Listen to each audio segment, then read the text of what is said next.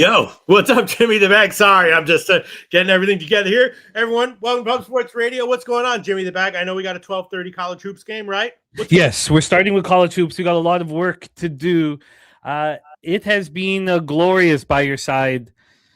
You probably didn't know how bad I needed to win after a January from hell, but 17-9 plus 7.26 units with you last week. So no shit. In 3 shows, I'm 51-28 plus 23.97 units sitting beside you.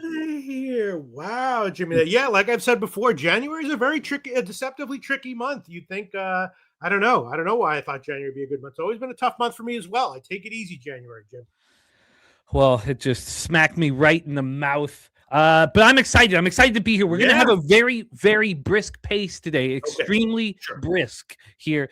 We are going to start with college basketball. But first, shout out to all the cappers joining us. I'm just putting out the link to the show right now on X for everybody. So that will be up and Adam. But thank you all for joining us. And we have something very exciting, very, very exciting here, Pete. I'm not going to play the whole thing.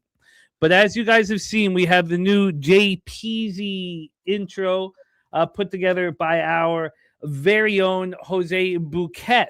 What you don't know, what nobody knows except for Jose and myself, is that we received a song long ago from our friend Matty Ice.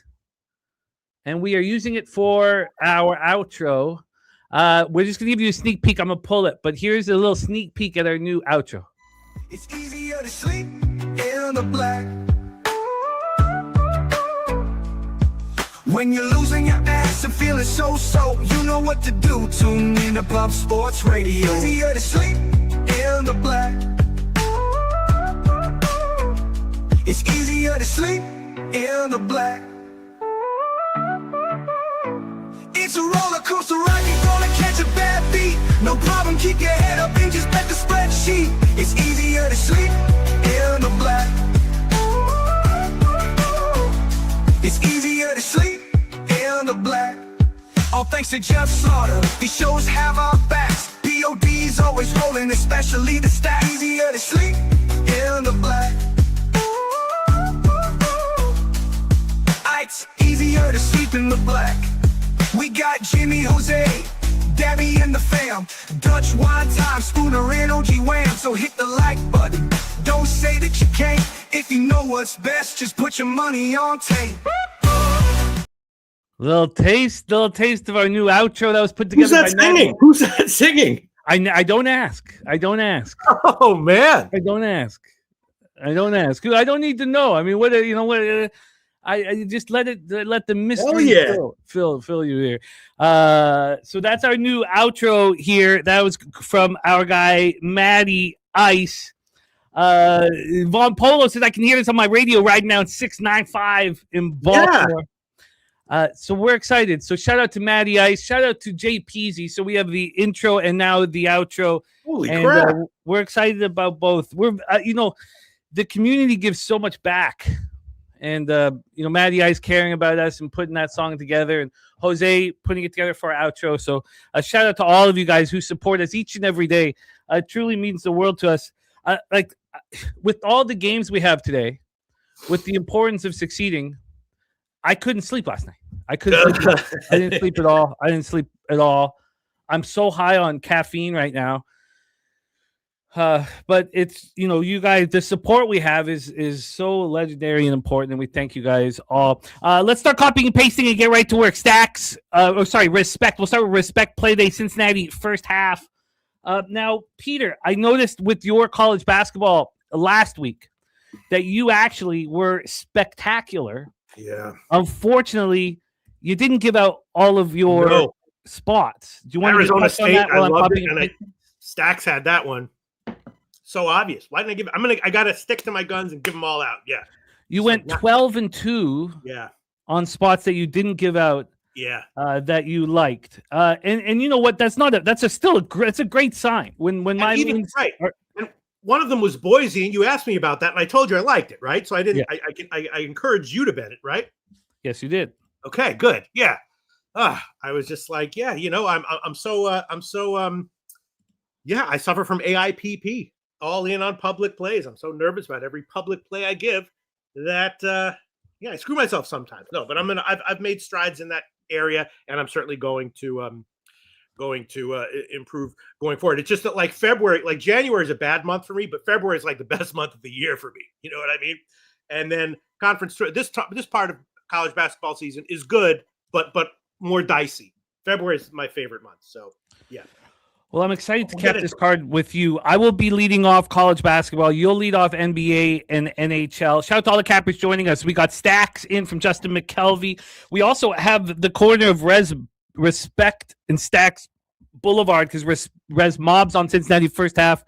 Justin's on Cincinnati full game. He's also on the Celtics plus 3.5. We got the Truth Teller, Nuke Worker, Big Scott, Baylor -3, Stanford, Virginia Tech money line parlay. Peanut says wild money line's the best bet on the board in the NHL. Lay it. Well, I did. I'm on the -1, so I'm right with you. I've moved on some dogs in the NHL, and there's a couple dogs I want to add, but I was very difficult to press the button on plus 200s. It just is. Mm-hmm. Los Judy says I'm taking Barcelona in the Champions League. How do you feel about that? I will tell you in a second. Hold on. Let me just do some things, and then Nasty Nate says 15 more days to wear a pub up Palooza. King Al in the house. The Wager Detective Craig Wood 9 legacy. There's Irish King. Got to keep an eye on what Irish King's doing in the National Hockey League, Pete, as we break down the NHL. Very shrewd gambler, that man, Irish King. We have great cappers ready to rock. Von Polo, a super true story. Kong's Clips, Ronnie Loft, and Philly Eagle Flyer in the house. I got 9 legacies action. We're very close to being able to start rolling. Los Judy, Dizzy Donut, William Cox, Nut Flush Allen in the house. We have Malek ready to get to work. Jeff, thank you for joining us. All of you guys, great to see you. Nasty Nate says Pete owes me an NCAA women's winner at Pub 5. Okay. Kong Clip says off today on my way to take my mother-in-law for surgery. Let's have a day. That's great that you could take care of her. And make sure that everything's cool and calm and collected. That's very wise decision. Duke Stallone in the house. Thank you guys for joining us. I am so excited about Pub 5, but the need to win right now and today trumps everything. So let's get to work. Peter, we start in 18 minutes, 12:30 p.m. Eastern, Big 12 tournament first round. Baylor Bears 16-15, just 6-12 in the Big 12, and we've had a very big line move towards them. Certainly captured my interest. It's a pretty big move for a Baylor Bear team that is ranked 48th according to Ken Palm, while Arizona State 63rd. We have seen Arizona State step up at times this year and win impressive basketball games. We are at the T-Mobile Center in Kansas City, Missouri for the Big 12 first round. The Sun Devils 16-15, 7-11 in the Big 12, and it's a noticeable move. I was watching it move. I could have got there. I could have got a 4 with no vig or a 3.5 juiced. This opened up at 3, moved to 3.5, came back to 3. Then it went to 3.5 to 4 to 4.5. Now 5, and the 5 is juiced. Well, certainly now I should have moved on Baylor. I'm not going to take the line now, but I think they're screaming loud and clear what the situation is. For the total, we have it opening up at 158. We got down to a low of 151, 7 points down. Now it's 152 and a half. You know, with the idea that Baylor is extremely live, we're going to have the opportunity to live bet this game as it starts here. We can live bet it together here in 17 minutes. I feel like the opportunity has passed us, Pete. Touch on our first game on the board in 17 minutes, Big 12 opener, Baylor, Arizona State. All right. Well, at 156, I love the under, so I nailed that one. But at +4, I also liked Arizona State, and I was wrong there. Why are people liking Baylor so much? Is someone out for Arizona State that I don't know about? Not that I know of. Here from the chat, we got Spooner's action in. He says he will not be hedging for his Monmouth and Merrimack futures. Well, I'm on both Monmouth and Merrimack with you, Spoon. So let's get you there. Oh, look at this. Troy Torrance likes Arizona State. So does Ronnie Lofton. The AM likes the over in the Baylor game. Okay. Well, you know, I was a little hesitant at 4. I mean, I'm certainly not going to move it to 5 at -115. You know, these teams met each other once this season. It was at Baylor. It was a 73-68 victory for them over Arizona State. At home, they were opened up as 6.5-point favorites, closed as 8.5-point favorites. They were down 40-32 at halftime. You know, excellent adjustments. They dominate the second half and they go on to victory. It's funny, they played poorly, but they shot well. They went 46% from the free throw line, but 57 from the field, 43 from 3. Yeah, so when did you move on the, and Nuke Worker says, so do I. He likes Arizona State. When did you move on the under? Yeah, 156. But I also took Arizona State at +4 a little bit. It's not good. What's going on here? Why do people like why do people like? I mean, obviously there's a reason. Line's 5.5 now. I'm very comfortable looking to attack it live, but even that interest has waned. St. Troy and Ronnie and Nuke wanting Arizona State. I just don't quite get it. I just want to know what the look at that. That's a real wow. Look at that fucking move. Spooner says, I don't know what the best way to handle this. I have a Baylor -1.5. Yeah. What would you do with this ticket to guarantee cash? Wow, it's a great line. Baylor -1. Oh, he bet Baylor -1. I thought that was his cap. Oh, okay. All right. No, he has Baylor -1.5. Well, I mean, you certainly are. You certainly have a bunch of options, and the options are just, I think, 2. One, you take obviously Arizona State at 5.5, which gives you the 5, 4, and 3 and 2 middle. Or you put a small amount of money on the Arizona State alt line at +1.5. Now it's 6 at the place where you used to play poker. Yeah, it's at 6 now. At the place where you used to play poker. Oh, by the way, the place where they make books, it's at 6. By the way, we are switching up, and you guys are going to be hearing all about it. We're switching up our moves. You know, we don't want to get into all the politics of everything with the amount of taxes that they're charging American gamblers, but we are back with the offshores. So any offshore you want to mention, we're going to be, talking about some of the offers that some offshores are offering us. But now all offshores wow, now it's 6.5, Jimmy the Bag, while we speak. I mean, it's an insane move, Spoons. So at the place where I used to get hand jobs, 6.5. Oh man, Jesus! No, just kidding. No, the 6.5 is not a joke. I'm looking at it right now. I'm looking at it right now, Jimmy Bag. 6.5 juice towards 7. Craig and DeWan talking about Hurley being dismissed. I'm taking first half under 72 -112, whatever. Okay, first half under 72 here for Loshak. First half under 72. Is that -110? 113, actually. -113 here for Loshak. And then right now, if you wanted Arizona State at that +1.5, because you got the -1.5, you get it at +155. Now, listen, Spoons, I was in your situation last night, and I'm sure Dutch was as well with a better opportunity than me. Dutch had the 7.5 on the Denver Nuggets. I had the 6.5. It closes at 3.5 or 3. And I sat there thinking, should I go for the middle? I got the middle now. If I take the 3.5, I have it at 4, 5, and 6. And I hemmed and hawed, and I didn't move on it. And the Thunder won by 3. So it was good that I didn't go for the middle.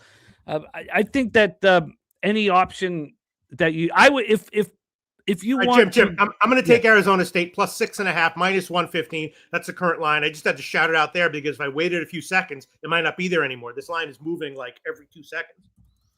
Arizona State plus 6.5 at minus 115 here. Chris Warren says, crazy. The first game out is always a tough one to bet because of the desire to bet. Important, Chris. AM says, I think we see a lot of overs today. These totals are overshaded to the under because of tournament play. Tennessee Whiskey says, very simple. Baylor moneyline, Stanford moneyline plus 107. So there we go. Baylor minus 3.5 for J-Dub. Nice job. Wow. We have Loshak moving on 2 different spots. I'll have some interest live with you guys. We have a plan now, but there's going to be nothing. I'm going to be on pre-flop in this one. And DeWant, our guy DeWant says, want to give a gift today. Portland State minus 2.5. Cash it. By the way, Peter, there's our guy BT in the house. He's going to be rocking with us. He's in Dallas right now, so he'll be coming down to San Antonio on Friday night, partying with us. All weekend. BT, who I've had the honor of hanging out with a couple of the times. I've been so hammered, though. So I hope I could be a little less hammered when I'm talking to BT. He has seen me in some of the drunkest states of my entire life, our friend BT. Okay, let's roll on. Peter on the first F under 72 in the Arizona State plus 6.5 that he just moved on. We roll on 2 p.m. Eastern. Peter, we head to the SWAC. We have SWAC. And I have moved on 5 bets on today's card. And Prairie View A&M have been good to me. Now, one of their wins for me was a very fortunate one where they covered in overtime.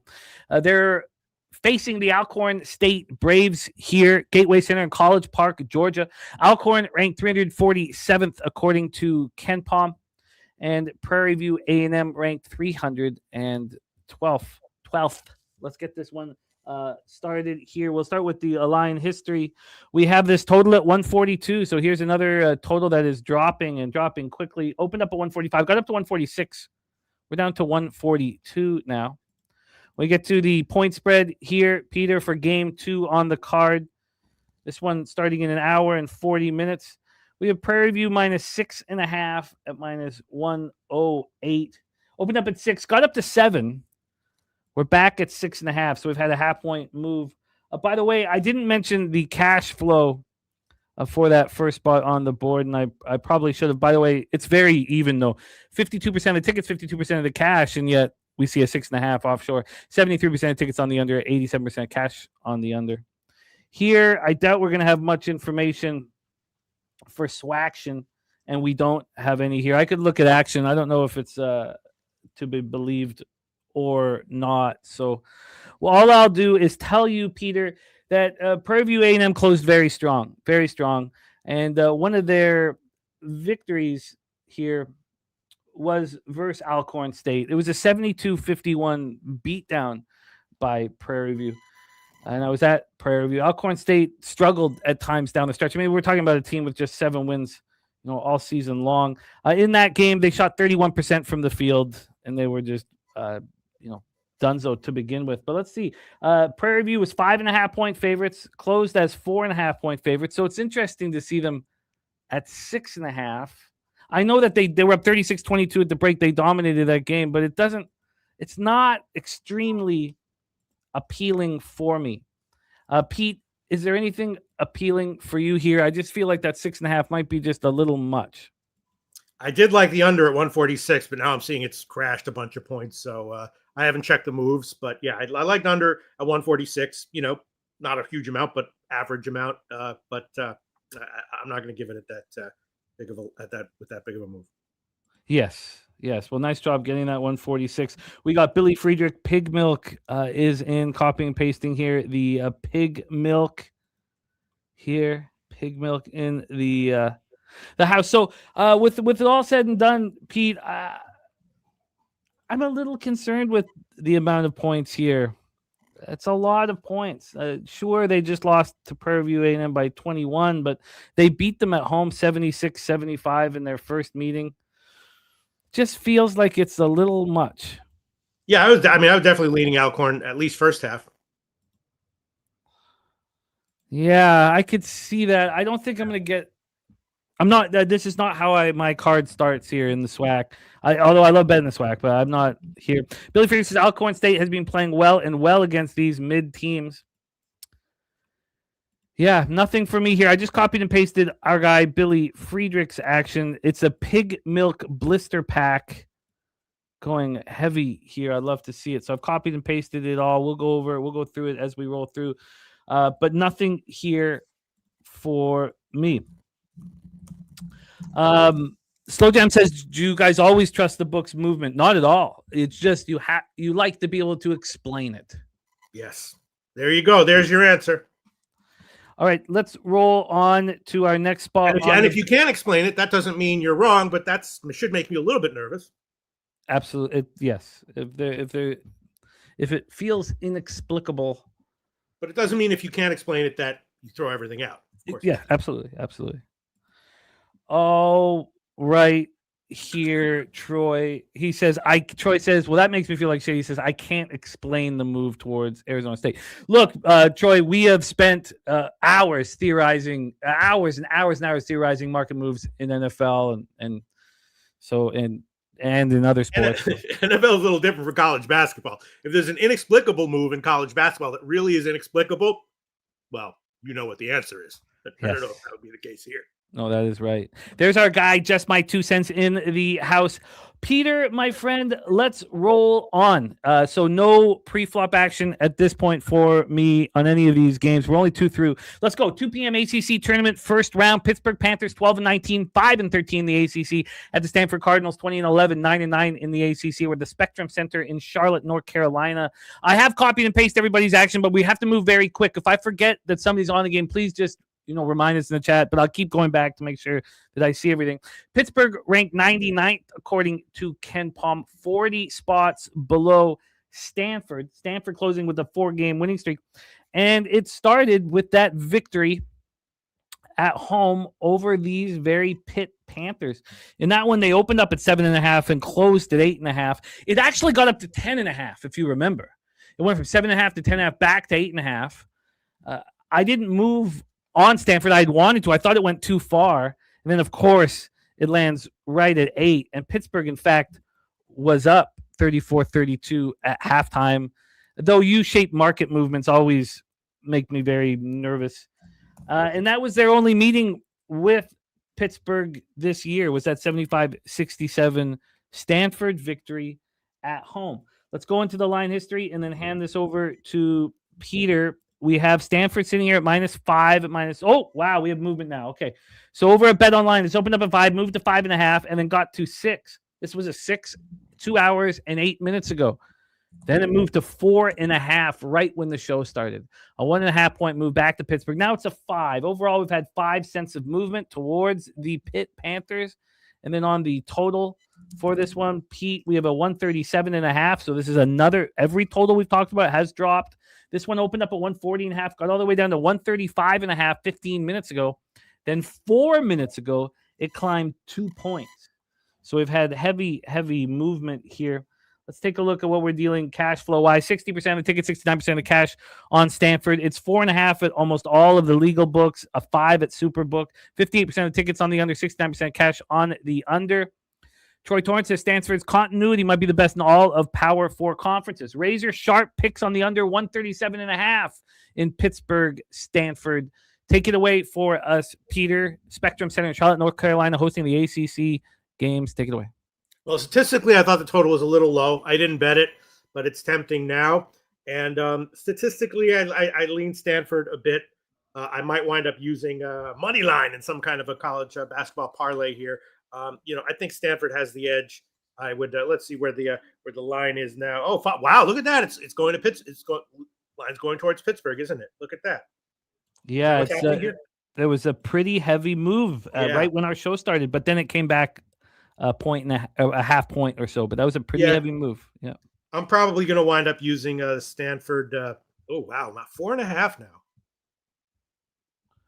Yeah.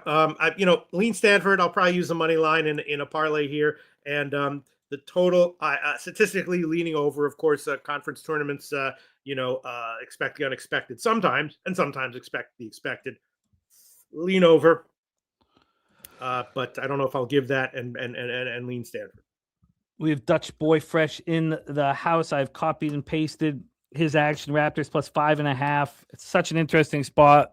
With both teams on the first half of back-to-back. Rockets have Denver on deck tomorrow, which is a much more important game, in conference than Toronto. Both spots make sense. Dutch, thank you so much for sharing that with us. Los Judy took the under 139.5. Excellent work. Excellent work. Troy Torrance's line functionality screams under. Yeah, and Stanford in general, kind of team that in these situations, they will actually play a different style and go very low. So, yeah. The total statistically was statistically weird to me, so I held off. And there we go here. Spoon, it worked for me. It worked for me last night. I mean, now we're getting up to a 6.5. So we'll see. A Taint play of the day is in Matty Ice. We premiered. It's easier to sleep in the black. We premiered it here off the top of the show. It's our outro for every betting with the bag and Loshak in the bag show. So we premiered your song, Matty Ice, and I love it, man. It's dope. Taint play of the day here is on Detroit Mercy. Here, yeah, we did. We premiered it, and it is now going to be our outro for forever. Who sang that song? Who's the singer on that song? 3 p.m. Eastern, our next spot. Yes, I saw that, Rez. NBA wouldn't let them honor the Magic City Club. It's a interesting choice by the NBA. But let's roll. Big 12 tournament first round here. We have the Utah Utes 10-21, 2-16 in the Big 12. At the Cincinnati Bearcats 17-14, 9-9 in the Big 12. We're at T-Mobile Center in Kansas City, Missouri. Big difference in Ken Palm rankings here. Utah ranked 126th. Cincinnati 42nd here. AM is on the over 139.5. Irish King says it's Baylor time. Baylor tip off here. He meant the game is starting. Oh, okay. Yeah, opportunities to move live here. The Bearcats coming off of a loss. Both teams finished off their conference play with losses. Utah went to Baylor and lost by 26. It was a very, very ugly performance. Cincinnati lost 73-63 at the Horned Frogs here. Utah has been bad all year long, but I've found times to back them. Only twice, but I backed them with success. I think I'm 2-1. I think I do have an L there somewhere if I go through it all with these Utah Utes here. They went to Cincinnati and they played them so tough. 69-65 at Cincinnati. It was a spot where Cincinnati opened up as 11.5 point favorites, closed as 12.5 point favorites. This was a game. I mean, I'll have to go through all my action here again. There's Ski Profit in the house. What up, Ski? Utes, Bearcats. Peter, let's get into this line history and hear what your plan is. We also want to hear if anybody's moving live on the Baylor game as well. We have this total at 138.5. It opened up at 142. This got down to 136.5 at 9:17 this morning. Then from a point spread standpoint here, Peter, we have Cincinnati now minus 12.5. A big move. Yeah. This was an 11 at 11:20 a.m. So now we're at 12.5. This opened up at 10, 2.5 points of movement towards the Bearcats, who barely got past the Utes at home, where Bearcats are dynamite. Let's see what we're talking about cash flow wise. 57% of the tickets, 55% of the cash on Cincy. 56% of tickets on the under, 78% of cash on the under. I mean, if they overlooked, if that was the issue, Cincinnati just overlooked the Utes, because the Utes had come in 1-10 in conference. So if we say that was the problem, and we can, I mean, they had just won at Kansas State by 29. The game before that, they had won over UCF at home by 20. Maybe it was just an overlook, because remember what happened after that Utes game? They went to Kansas and beat them by 16. That was a very close game till about 6 minutes left. Peter, take it away. Utes, Bearcats. Yeah, statistically, I like Cincinnati here a lot. Statistically, I look at things a lot more closely in the conference tournaments because lines that deviate from those numbers can be telling you something. Obviously Utah is a legitimate college basketball team, but they're way outclassed here. And I think I'm going to parlay a Stanford money line with Cincinnati first half money line. Cincinnati's off a loss. I know Utah played them close, which is fine. Doesn't really bother me. Results like that during the grind of the regular season, take with maybe a quarter of a grain of salt or something. I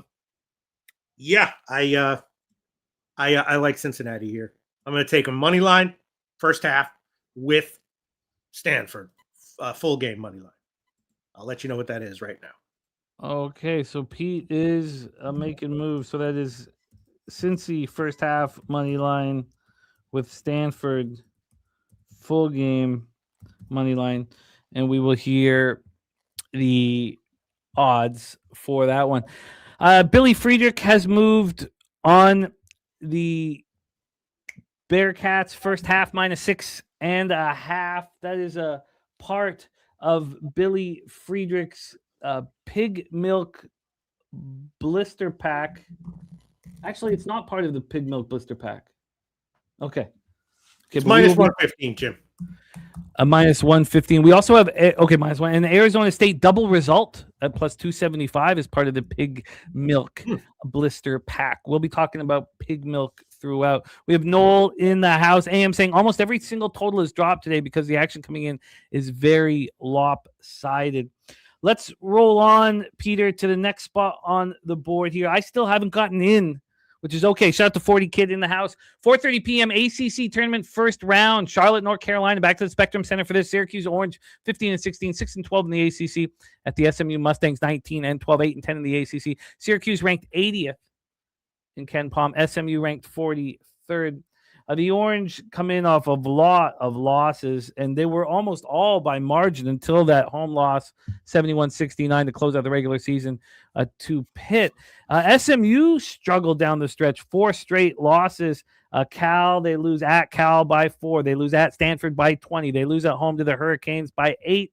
And then they lose at Florida State by 13. So both teams coming into this playing poorly.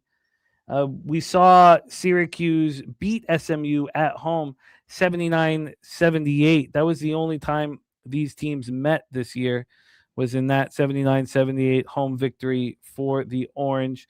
The Orange opened up as 2.5-point dogs, closed as 1.5-point dogs in that one. When we go to the cash flow for this one, we have 64% of tickets and 74% of the cash on SMU. This line is not moving towards them. 92% of tickets on the under, 92% of cash on the under. Irish King looking at SMU first half. Billy Friedrich on Syracuse, team total under 74.5. Lucky Power on Syracuse +4.5 and the over 154.5 +230. SMU -2.5 or -4.5 for Justin. And Troy Torrance says SMU by 15 or more here. Peter, take it away. ACC Tournament first round, Syracuse, SMU. It's interesting that Troy says that. Well, my main note on this one is I don't really want to bet on either of these teams. I was definitely leaning Syracuse at 5.5, though. But yeah, wow. Troy Torrance saying SMU by 15 in a game like this. That doesn't come out of nowhere. So I'm definitely not going to take. I didn't bet it. I was just I don't really want to bet on either of these teams right now. I know that Syracuse had 2 top reserves who were questionable, so I'm guessing that the line move it's probably due to one or both those guys being in. I'm not sure, but I was leaning Syracuse and Syracuse first half, maybe even more so, but I'll hold off. Yeah, I can understand. Before I had thought that this was telling that this line wasn't moving more towards SMU, and I was very interested in Syracuse, and I think that's just being halted from Troy and others in the chat. And I also can understand the idea of not wanting to back any of these two teams or invest your money in any of these two teams. So I'm comfortable staying on the fence here in this one. here. Troy says, what about the opening line? The opening line made sense to me if, now this has gone, at circa from 5.5 up to 6 down to 4.5. I think the opening line, I guess maybe it is it's so is 2.5 opener closed at 1.5 in Syracuse. So now you put them in Charlotte. And I guess you're right. I guess the opening line, I guess you have a point. Troy, you do. Yeah, the opening line probably should have opened at 4.5 and not at 5.5 or 6. Loshak took SMU minus 4.5 here. Eldorado custodian in the house. Great to see Eldorado. Well, let's roll on, Pete. Nothing for you in Syracuse, SMU? Yeah, nothing. Interesting game, though. Very, very interesting that Troy would come out with such a strong opinion on this game. I would have thought that most people would be passing here, but okay. Let's roll on here. 5 p.m. Eastern. Next up, Big Ten tourney first round. We have the Terps, Maryland, 11-20, 4-16 in the Big Ten versus the Oregon Ducks, 12-19, 5-15 in the Big Ten. We're at the United Center in Chicago, Illinois. Maryland ranked 128th according to Ken Palm, while Oregon ranked 97th. Oregon did get a nice big win to close out the regular season at home versus Washington, 85-79, snapping a 2-game losing streak. Both losses came on the road. Northwestern loss wasn't that bad by a point, but then they got dummied by the Illini, 80-54. The Terps have lost 4 straight games here, but they played pretty well. I mean, they only lost by 6 to the Illini. They got destroyed at Wisconsin. They lost badly at Nebraska. Again, we talk about in the first round of these big conferences, these Power Fours, is there a team that is playing in the first round that you actually trust with your money? These teams played at Maryland back on January 2nd. It was a 64-54 Oregon victory on the road. They were in control all game long. Maryland shot 28% from the field and 20% from 3. Oregon opened up as 2.5-point road favorites, closed as 1.5-point road favorites. Justin McKelvey is Oregon minus 3.5 in his pocket. So let's take a look at 6-3 Arizona State right now in the ball game. So we'll keep an eye on what's going on there. We have Oregon minus 4, a minus 4. They opened up at 3, got up to 3.5. They got up to 4.5, and then came back to 4 at 11 a.m. So we have a 1-point move towards the Ducks. And then on a total side of things here, we have a 138.5. This one opened up at 139.5, got up to 140 before it dropped down to 138.5.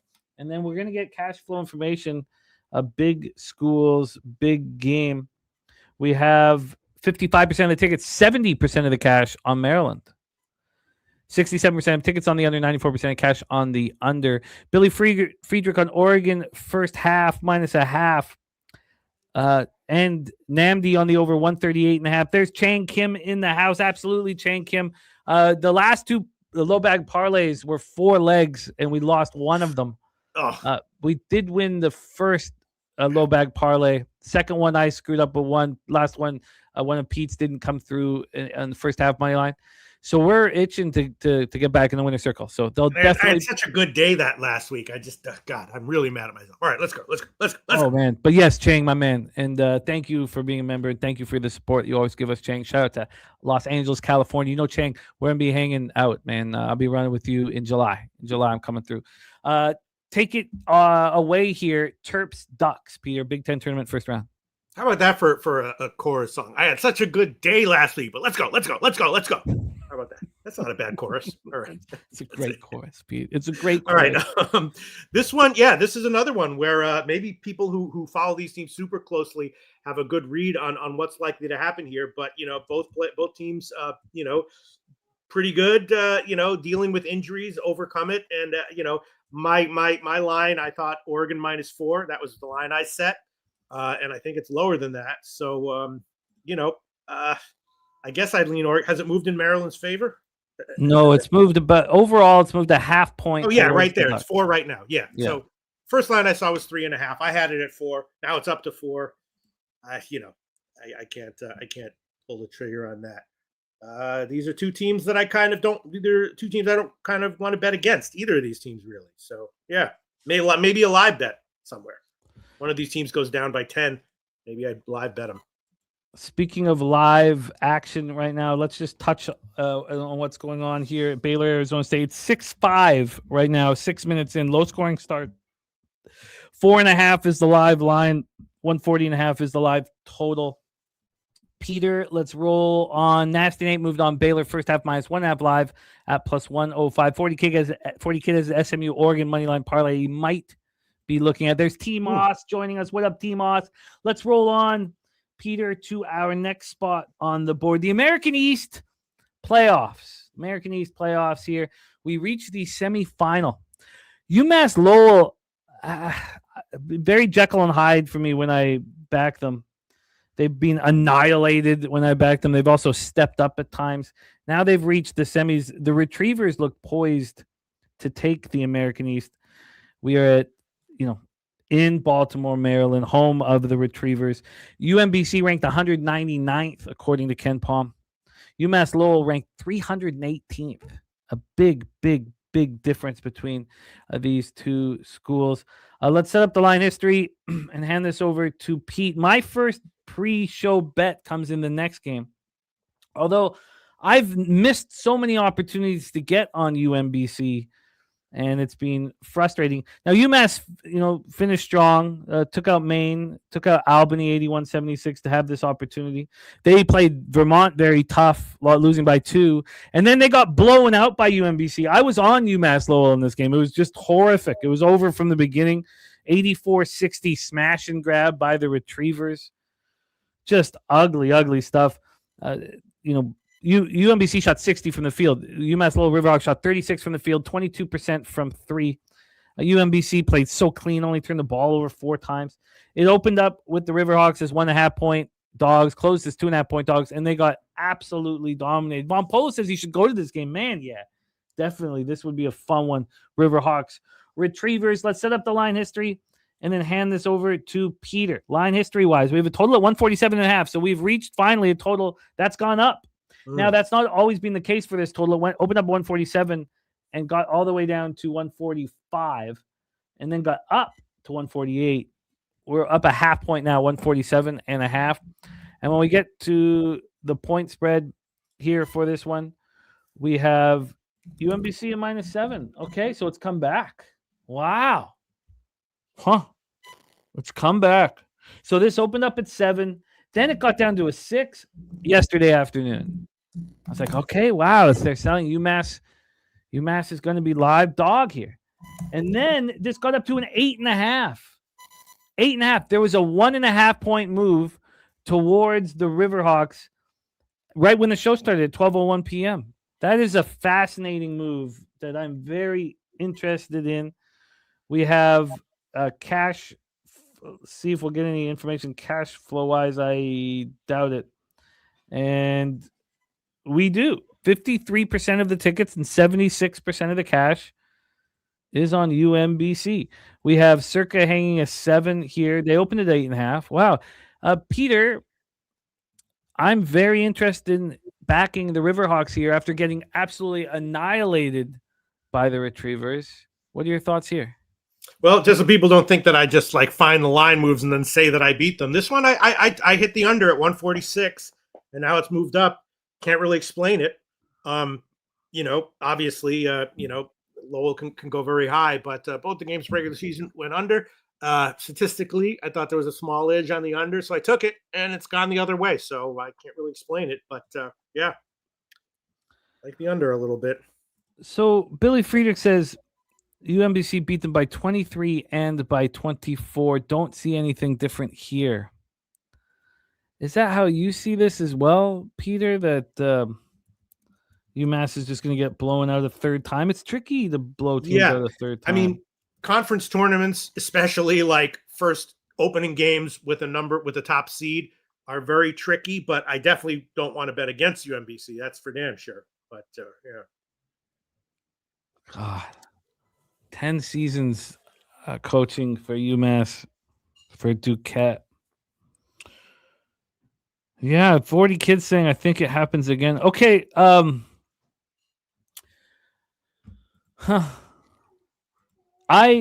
have interest in UMass. I think this But UMBC seems like a runaway train right now. I'm going to leave this alone. Yes, it's definitely Billy Friedrich. I hear you being played in Baltimore. J-Dub says UMBC wins comfortably. So everybody in the chat saying this is going to be smash and grab for UMBC. I will sit with it here. Let's talk about my first spot on the board here. I backed Missouri State Bears, Pete, against Western Kentucky Hilltoppers. The market told us that Western Kentucky Hilltoppers were going to menace in that basketball game. And we broke it down. We had Deacon Mike in the chat. We spent a lot of time on it. And at the end, the conclusion was we have to bet Missouri State Bears. And we cashed very easily. I feel like we have... Oh, nice job, Nasnate, getting that 6. I feel like we have a similar conclusion here. We know FIU is tough to play at home, but here we are, Props Arena in Huntsville, Alabama. FIU ranked 190th. Missouri State ranked 214th. And I moved on the Bears. Obviously, the dog to favorite was appealing to me. And I'm hoping that is the same situation right now. Why don't we go right to it? And then let me see what I got. I got the money line. I think I got minus 118. I will double check that. It's a pick 'em right now. So this line has moved back to FIU. FIU opened up -1 and quickly became a +1. Then they became a +1.5. That went away as soon as the show started. I don't like that. Let's go over to the money line, see what's going on in the money line. It's now 13-7 Arizona State. So, we'll see what kind of number we're looking for Baylor live. I will keep an eye on it. Missouri State right now is at -115. They got up to -125 though a couple times. Okay, I don't mind the -115. Still, they're still favorites. It feels like it's moving in FIU's direction. We have Miss Smokes a lot, Acacia in the house. Great to see you. By the way, Tennessee Whiskey's on UMBC, double result. And Jim, you know what? Oh yeah, the line move makes. Whoa, look at that! Now the line. I think I'm gonna add on a Baylor live spread play and go for a middle. Okay. Yes, it's 16-7 right now. So yeah, I'm gonna take Baylor money line -111. Okay, Pete moving live on Baylor here, and we just got a 3 from Baylor. So it's no, but I called it before the 3 hit. You did.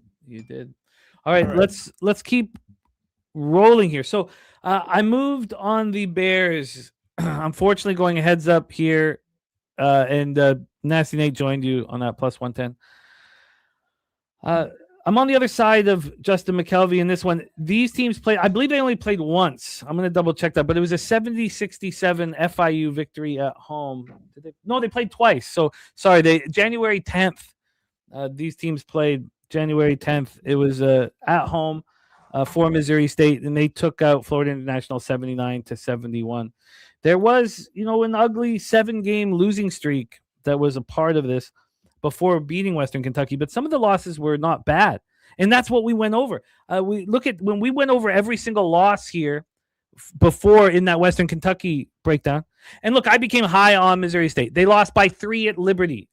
That's very tough. Liberty's tough spot. They lose in double overtime at home to La Tech. They lose by 4 to Kennesaw State. They lose by 3 at FIU. They lose by 2 at La Tech. They lose by 5 at Sam Houston. I'm comfortable here. I'm comfortable here. I do not like being on the other side of Justin McKelvey, so that takes away some comfort here. I'm not sure if we're going to get any information on the cash flow. I will check. But I'm on the Missouri State Bears here in Huntsville, Alabama. Take it away, Pete. Your thoughts here. All right. Well, I definitely took the first half under 72.5 -110. So I'll make that official. Missouri State FIU first half under 72.5 -110. Kind of leaning full game under as well, but more so first half. This game could easily go to OT. So I'm going to take the first half under 72.5 -110. As far as the side is concerned, really don't know. I set the line at Pick'em, and it came out at Pick'em, where the first line I saw was Pick. So I don't really know. Yeah, it makes me nervous. I've been staying away from these 1s and 1.5s. Just in college, not in NBA, but in college, and it's helped me out. We have AM on the under 154.5 here, Pete. He's moving on the under. Oh, geez, I could have got Baylor plus 3.5. Look at that. Yeah, now they're getting smoked. 2.5 now. I mean, we'll keep an eye on it. They'll be moved. So I got the minus 118 here on Missouri State. Spooner letting us know he did move on Lehigh tomorrow. We have Jason Meyer, the Eldorado custodian, who was a big part of Pubpalooza 2, I want to say. Might have been 3, but says Lehigh tomorrow seems intriguing. And Slow Jam says that Baylor line got dummied up. It sure did. Okay, let's roll on. So I am on Missouri State Bears. Now, our guy, Morgan Spooner, has moved on Monmouth to win the conference tournament. And here we are in the CAA final. And there is no hedge here for Spoondog on Monmouth. We all talked about what changed with Monmouth and how they became so much stronger than they were early in the year. And it was the eligibility of their star point guard. He changed everything. I believe he's played in 10 games now. Kevion McLean, 16.9 points per game, 5.4 assists per game. I mean, he's just playing at a very, very high level, and he's changed everything. It's so important, especially as the games get more important, to have a senior ball handler. And that's what you get with McLean. So he has clearly changed everything. And I'm on Monmouth here. I got Monmouth. This was a plus 4.5. It was the first bet I made this morning. It's a bet I knew that I wanted. This team is just playing very well. Campbell's was playing at a high level, and they took out Campbell by double digits. They beat Drexel by 8. They're playing very well. Now Hofstra is also playing very well and beating up teams. They dominated William and Mary. They took out Towson in overtime. This isn't a fade of Hofstra. And I do like that, Hofstra beat Monmouth in both games without McLean playing the point. Spooner says, I saw McLean dealing with cramps. I'm a little worried about the load he is carrying. That is legit, just 10 games under his belt. Now, we do have a bit of an advantage because Hofstra has played twice, right? They played twice where Monmouth is. Oh, no, they both have. Sorry, because Monmouth took out Drexel. My bad. Yeah, no, that's a concern. That is a very, very legit concern here. But we already heard from Spoons. He is not hedging or middling or anything there. So let's take a look at the line history and hand this over to our guy, Peter Loshak. We have Monmouth plus 4.5 right now, right where I got it. This got up to a 5, went down to a 4. Now sitting at 4.5. I'm comfortable with that. I don't need it. I don't need anything there. And then from a total standpoint here, we have this at 133.5. This one opened up at 135.5, got up to 137, got down to 132.5. Tons of movement with these lines here. Take it away here for us, Peter Loshak. Monmouth Hawks, Hofstra Pride, Care First Arena, Washington, D.C. By the way, Monmouth ranked 179th according to Ken Palm. Hofstra ranked 87th. But that's a statistical profile without McLean at point. Take it away, my friend. I like Monmouth as well, and I took him at 4.5. Cramps, says Spoons Bets. Yeah, I mean, everything's changed with McLean handling the ball. Yeah, but now it's going to be his third game in 3 nights. He's only played 10 games all season. Like muscle cramps. Yeah, just not going to hang there. Fatigue. Let's see how many minutes he played in the last game here. That was the win over Campbell. And he played 38. Yeah, it's don't they go away? Don't cramps go away? They do, and they can linger. Mm-hmm. They can linger. Mm-hmm. The Godfather just moved on Baylor plus 4.5. Now it's a 5.5. Should have waited, man. All right. You guys know my number is 8.5. I don't know if I'm going to get there, but I'm going to make sure that I'm logged in here. Okay. So Pete, I'm on Monmouth. Anything for you here? Cramps. All right. I'll take him first half plus 2.5 minus 114. That's for sure. I don't know if I want to double up though. Cramps. Okay, Okay, I'm ready. I'm ready to pounce. 5.5 is good. 8.5 is better. Okay, Dizzy saying the total in the Arizona State Baylor game jumping all over. Books waiting to see a Baylor run. Godfather said, it didn't move. Just giving it. Okay, thank you. Okay. All right, I'll just take first half, I guess. Plus 2.5 minus 114.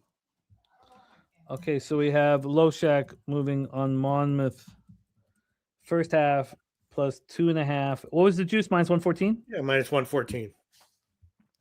All right, let's roll. I was very fortunate that I didn't lose money on New Orleans yesterday. I was interested in them, Southland quarters, and I didn't move on them, and I'm very thankful. Now they're gone. Now we can't talk about Master P anymore. But I think he's going to do big things in college basketball. I like what he brought to New Orleans this year. Let's roll here. Texas A&M, Corpus Christi, SF Austin. We are in the Southland Tournament semifinal. Corpus Christi 18-14, 13-9 in Southland versus SF Austin 27-4, 20-2 in Southland. We're Lake Charles, Louisiana, where I went with Brizzy and Dabby Cab and Tim Reichert. Jeff Slaughter brought us. Man, it was fucking magic. It was so much fun. Texas A&M, great casinos there in the Lake Charles area. Man, it's fun. Texas A&M ranked 175th. SF Austin ranked 89th here. Let's set up the line history and hand this over to Peter Loshak. Let's start with the Islanders, though. The Islanders have won 4 straight games. They're playing good basketball. They handled New Orleans without a problem. Took them out by 13 points. Now, SF Austin went to the Islanders and beat them pretty comfortably, 78-68. And that was this month. So it was a pretty legit win by SF Austin. They beat them twice this year. They played them very early in the year. December 17th, the Islanders went to SF Austin, lost 69-60. Then they played SF Austin again at home on February 16th and lost 78-68. In that game, Texas A&M Corpus Christi scored 16 points in the first quarter. 16. They were outscored 37-16 in the first quarter. That opened up with SF Austin as 4.5-point favorites, closing as 5.5-point favorites. Let's get to the line history here for this one and hear what Pete's thoughts are. Total of 134.5, opened up at 135.5. And then on the point spread here, we have a 7. A 7. So opened up at 6.5, got up 7, down to 6.5, now sitting at 7.5-point move towards SF Austin. We have AM on the over. Take it away, Peter. Any interest on the Texas A&M Corpus Christi Islanders or the favorite SF Austin? First of all, I will add on UMass Lowell UMBC under 148 minus 116. So I'll add that one on under 148 minus 116. And this one is another one where I didn't understand the total. At the first total I saw was 132. Couldn't explain why it was that low. And that one I did pull the trigger on. Now I see it's gone up. So I think I'll put some overs on this one. Can't really explain why the total is as low as it is. If it goes back down from where it is right now, I'll know I'm on the wrong side. But I took over 132, and I might give the number right now officially on the over. Yeah, I get it. I get it. Huh. What happened to the first? I have some interest in the Islanders, and I think it could just be slapped away from me here pretty easily with how bad Stephen F. Boston dominated them. But did that happen on the first go round? It didn't. In the first go round, A&M Corpus Christi was up 34-25 at halftime. And that line moved from 8.5, closed at 6.5. SF Austin still covered. It just seems like whenever they want, the Islanders can just run away with it. I think I can get off of the spot, but I'm going to up 15 now. Oh, jeez. No.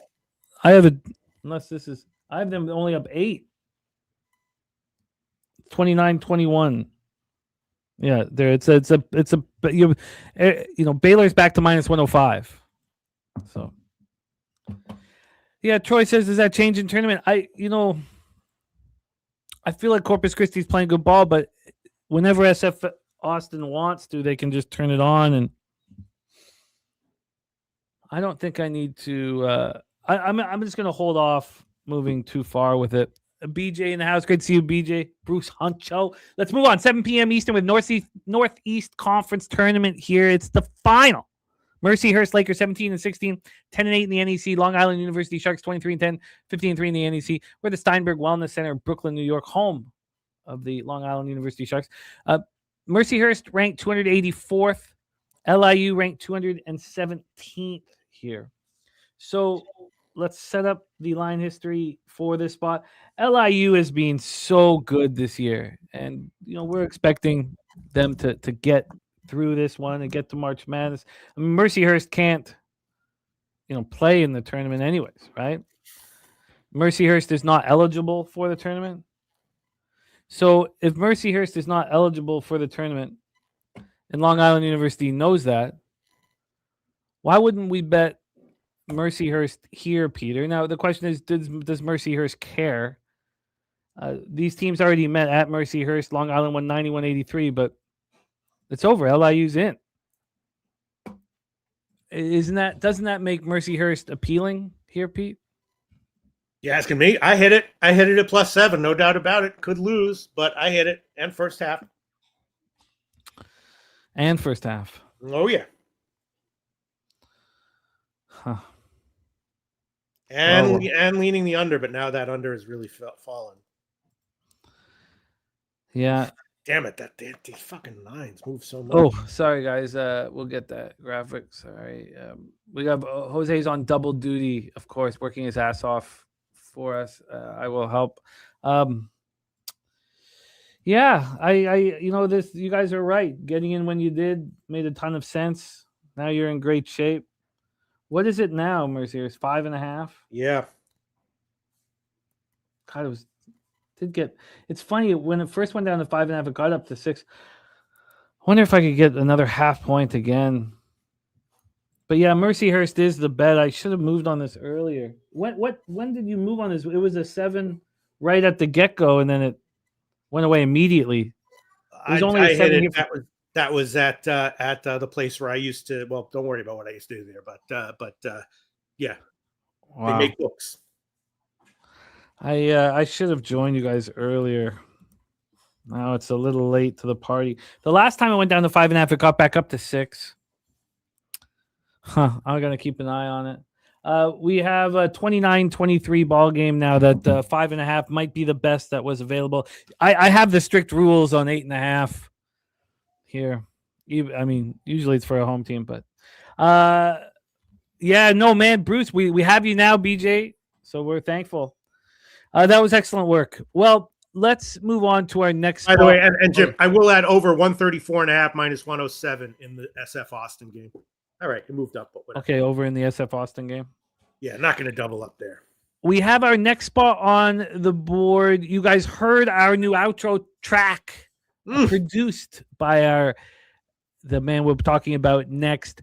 He is also been a winner in our bracket challenge in the past. So they're open for signups right now, our bracket challenge and confidence pool. We have a video that's going to accompany all of this that's going to be out here later on this evening. But opening up, we're open for signups. And very, very exciting here, we have our friends at Harbor Acres Cottages. They are putting in $350 bonus. A $350 bonus to the winner of the confidence pool. A $350 winner bonus to the winner of the confidence pool on top. So we're going to break down regular top 10% get paid, and then we're going to add $350. It is the salty bonus from our friends at Harbor Acres Cottages. So we're very excited about that. And for a quick reminder of the confidence pool, you get 90 points to put together your roster of teams. So if you put together the first all 4 number 1 seeds, that costs you 64 points.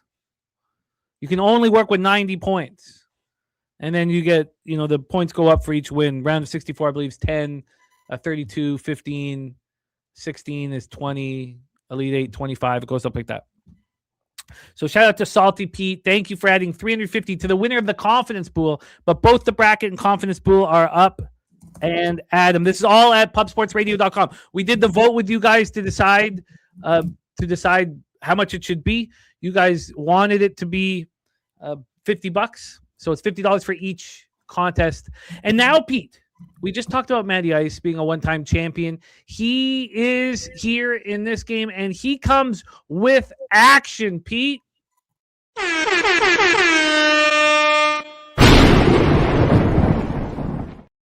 Yes, Spooner, you're very much allowed to enter. In fact, we want to compete. In fact, if there's a group of cappers that want to put a little side pool together where the winner of our group will win it all, I'd love to do that. So I'd be in here. Saturated in the house says, I wonder who else won it. Yes, Saturated. Saturated, Kong's Clips, Matty Ice, all winners of our NCAA bracket contest. Here we go, though. Let's roll. We have Detroit Mercy Taint play of the day. We have this from Matty Ice says, Detroit playing very well. Split regular season with Wright State, lost by 2 at home, 1 by 3 on the road. Let's eat, fam. The Taint play of the day is in.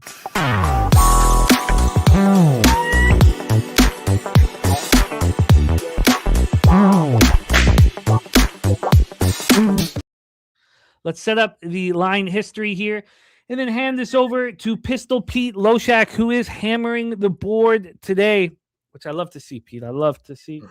Okay, let's go. Oh, here we go. All right, so this one popping off at 7 p.m. We have, come on, get up here. 35-28 game over in Arizona State, Baylor. Here, Pete, we have the Taint play of the day, and it is on Detroit Mercy. Detroit Mercy sitting here at plus 4.5. They opened up at 3.5, got up to 4, back to 3.5. Now we're sitting at 4.5, and it is juiced to Wright State. I did see a 5 at Pinnacle earlier. And look, Detroit Mercy's been good to me, and I was hesitant here. This total's at 153.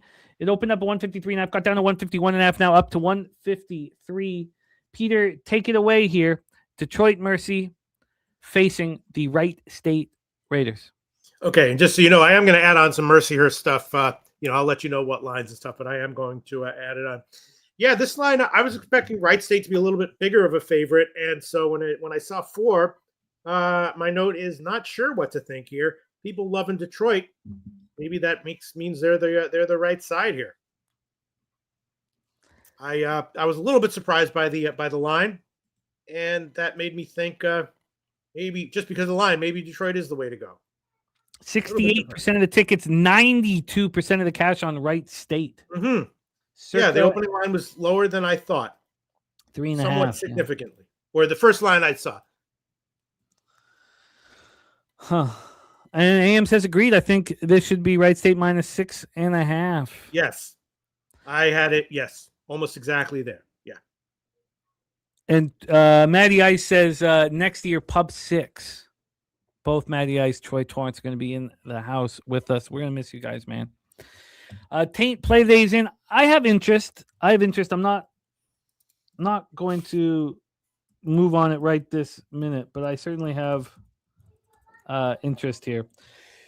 Peter, anything for you, or do we roll on? I guess we'll roll on, but you know what? I'll double up with this Mercyhurst. I'll take them full game plus 5.5. And first half, I'm seeing a 3.5 minus 111. So I'll take both of those on Mercyhurst, and I might add an under on that one as well. We'll see. God, I think I should get in now then. But this one, just because, I liked it a lot at 7. Now I like it less, but I'll take it.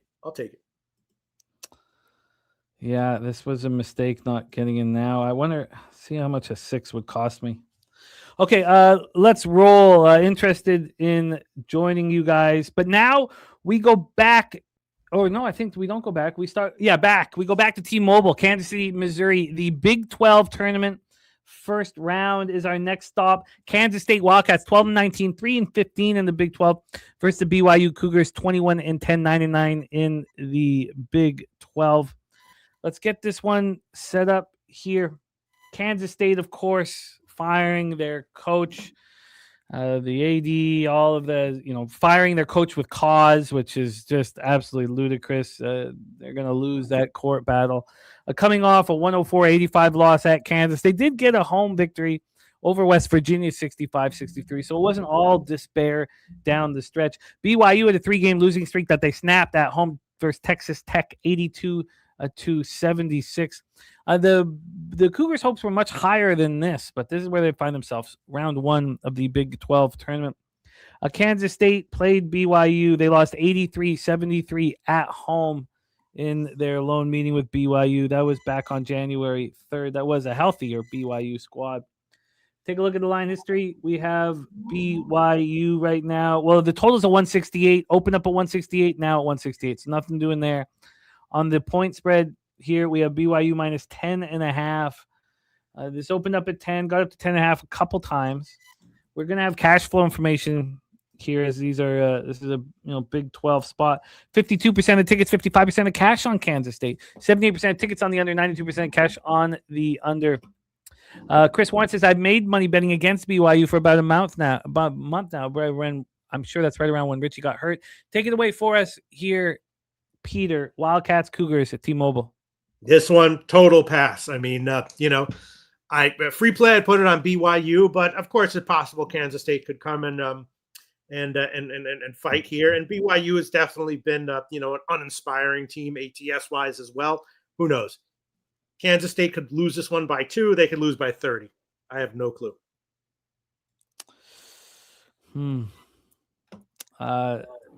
Thank you, Ron, my man. Getting updates from my friend. Everyone knowing that I want to move, but I want to move when the time is perfect here. And if I don't find that happening, then that is okay.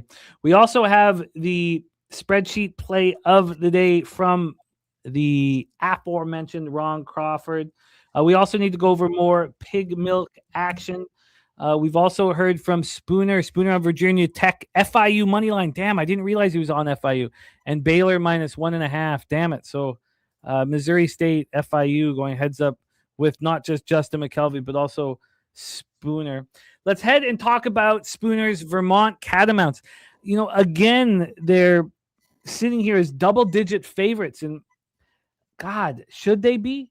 Now, the last 2 wins for them over Albany and Bryant, they won by double digits, but they weren't doing this all season long. Maybe they're just turning it on at the right time.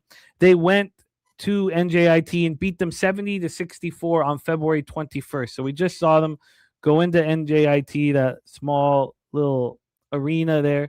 Vermont opened as 4.5-point favorites, closed as 6.5-point favorites, won by 6.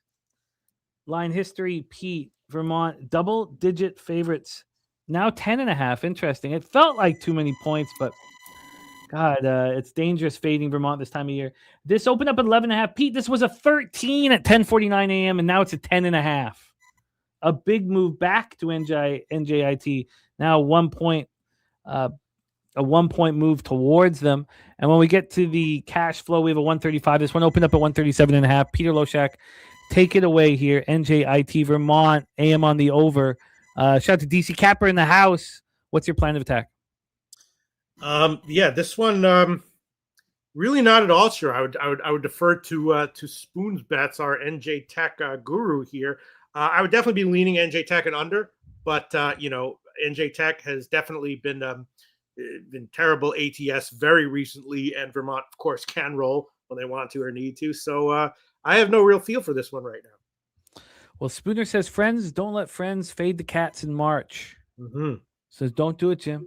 I'm on Vermont future, no action in this game. That's a pretty big move, 13.5 back to 10. I hate to admit that it does give me some interest in NJIT. Certainly going to fill it with question marks at this point. Let's roll on. Pete, we've talked about Spoon's action. We did not know. We have Justin McKelvey, Stacks Play Day number 1 is on the Bearcats, which we have gone through already, but we'll talk about and play his video for the Boston Celtics here.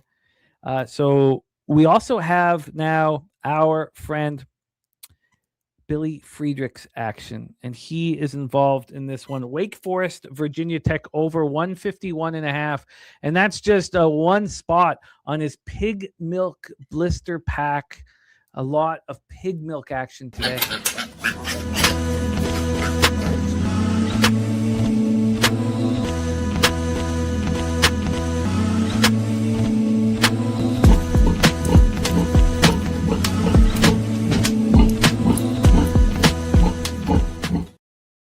Peter, our next spot on the board here, we have an over from Billy Friedrich, the Demon Deacon, 16-15, 7-11 in the ACC at the Virginia Tech Hokies versus the Virginia Tech Hokies. I say 19-12, 8-10 in the ACC. We're at Spectrum Center in Charlotte, North Carolina.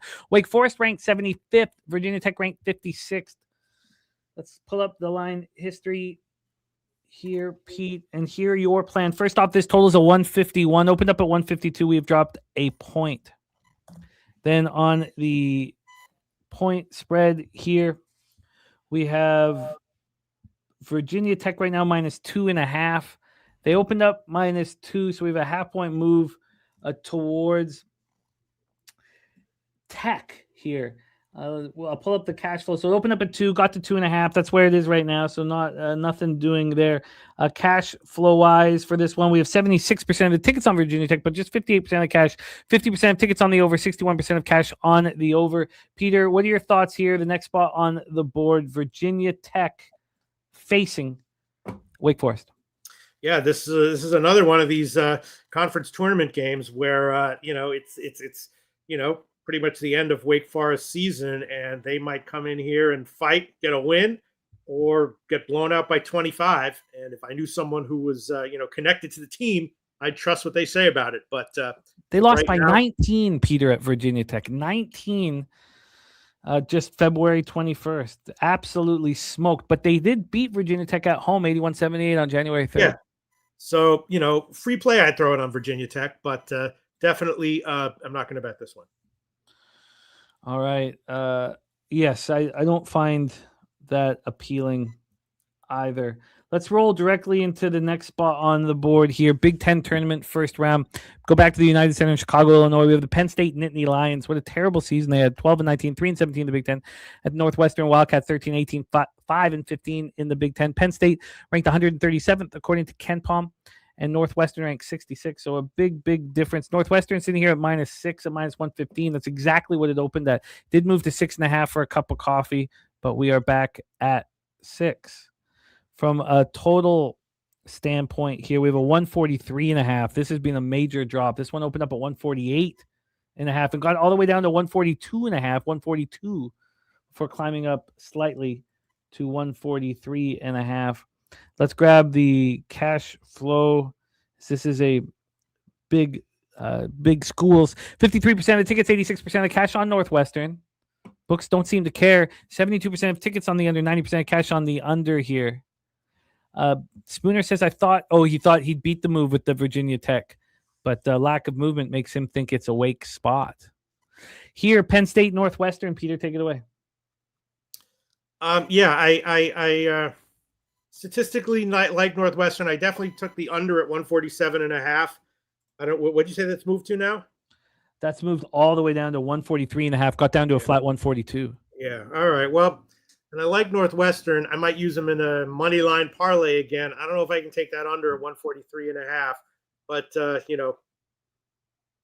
Penn State, closed pretty badly, ATS, and in general, there's a lot of small reasons I like Northwestern here. So like the under. I don't think I can give that total now. And Penn State went to Northwestern, Pete, got blown out 94-73 in their only meeting. Yeah. Penn State, could get a win, but even at the current spread, slightly into Northwestern anyway. Let's head over to the SWAC. Grambling Tigers, 14-18, 7-11 in the SWAC versus Jackson State. Tigers, 11-20, 10-8 in the SWAC. All the SWAC games being played at Gateway Center, College Park, Georgia. Grambling ranked 294th, according to KenPom, while Jackson State 341st here. This is going to be a fun one, and I have interest in it. Grambling won their last 2 games, took out Alabama State on the road 65-63. and then beat lowly Mississippi Valley State 77-52 to have this opportunity to face Jackson State. I wonder if Grambling can heat up around now this time of year here. They faced Jackson State on January 31st. It was at home, took them out 69-66. It was an impressive victory. And I wonder if they're able to do it again here with a game under their belt. Yes, it was versus a very lowly competition, but, want to get a win, get some confidence. This total's a 142 or 141.5, opened up at 143.5. And when we get to the point spread here for this spot, we have Grambling State is huge favorites here, Pete. Huge. Opened up at 5.5, got up to 7, sitting here at 6.5. Are you surprised? Justin McKelvey took Jackson State plus 7 in his pocket. And Matty I says Jackson State going to pop these guys. Take it away for us here, Peter. Grambling, Jackson State. I tend not to look too closely into these league games unless I have time and an interest. And the line obviously makes no sense. So what's going on here? People obviously are out for Jackson State, right? Yeah, the opening line at 6.5 is unbelievable. Unbelievable. Makes me uncomfortable. I can't explain what's going on, so I will pass. Huh.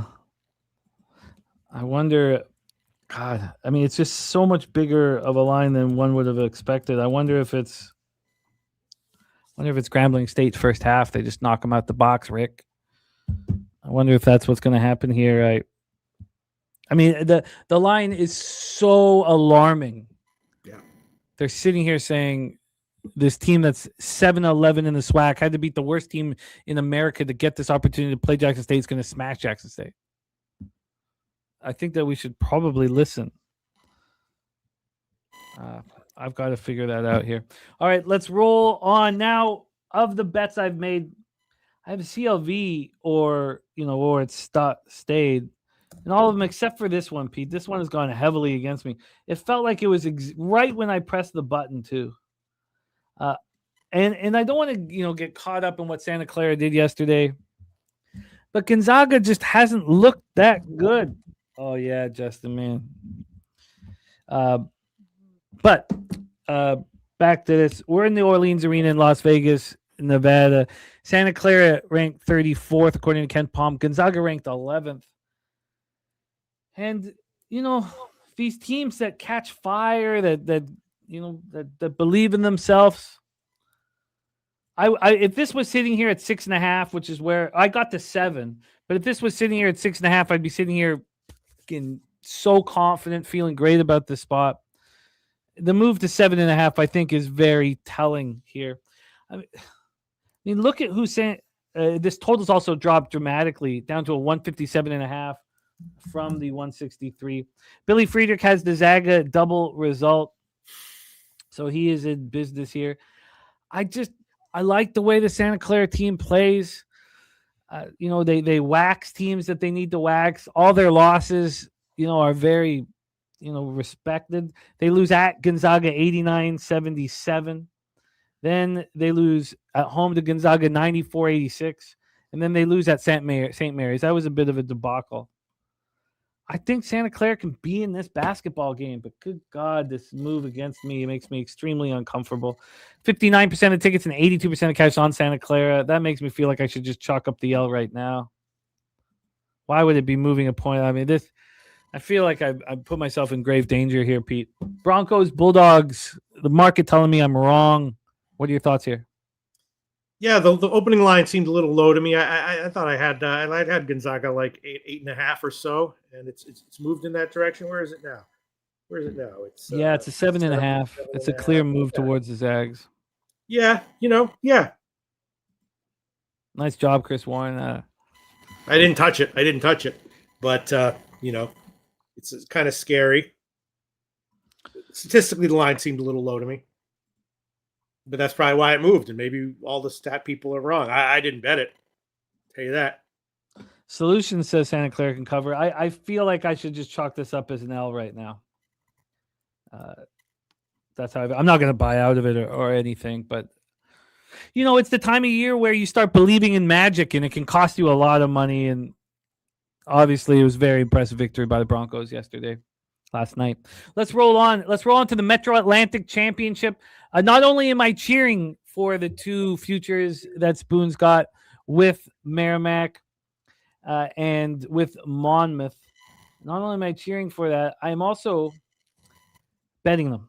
I'm on the Merrimack Warriors. They've been so good this year. Now go finish off the job.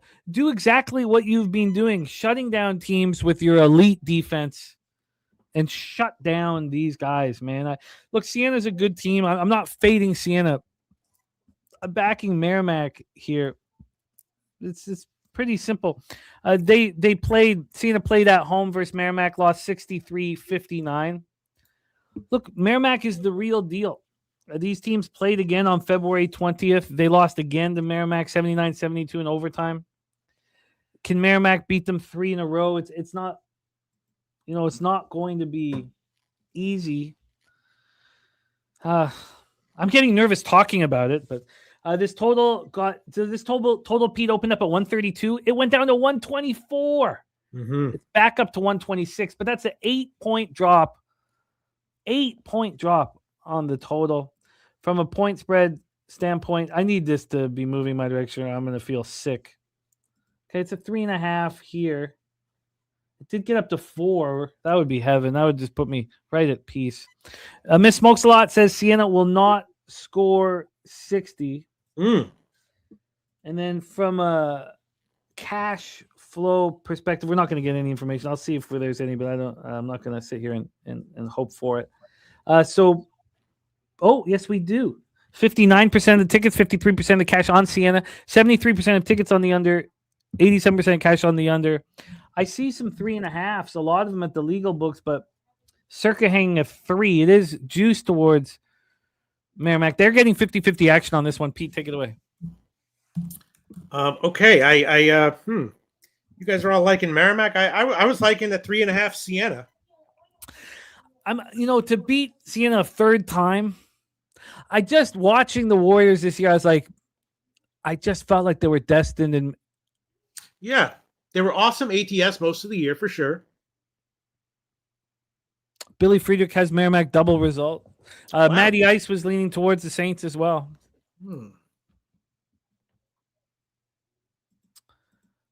Yeah, what's the line now? 3?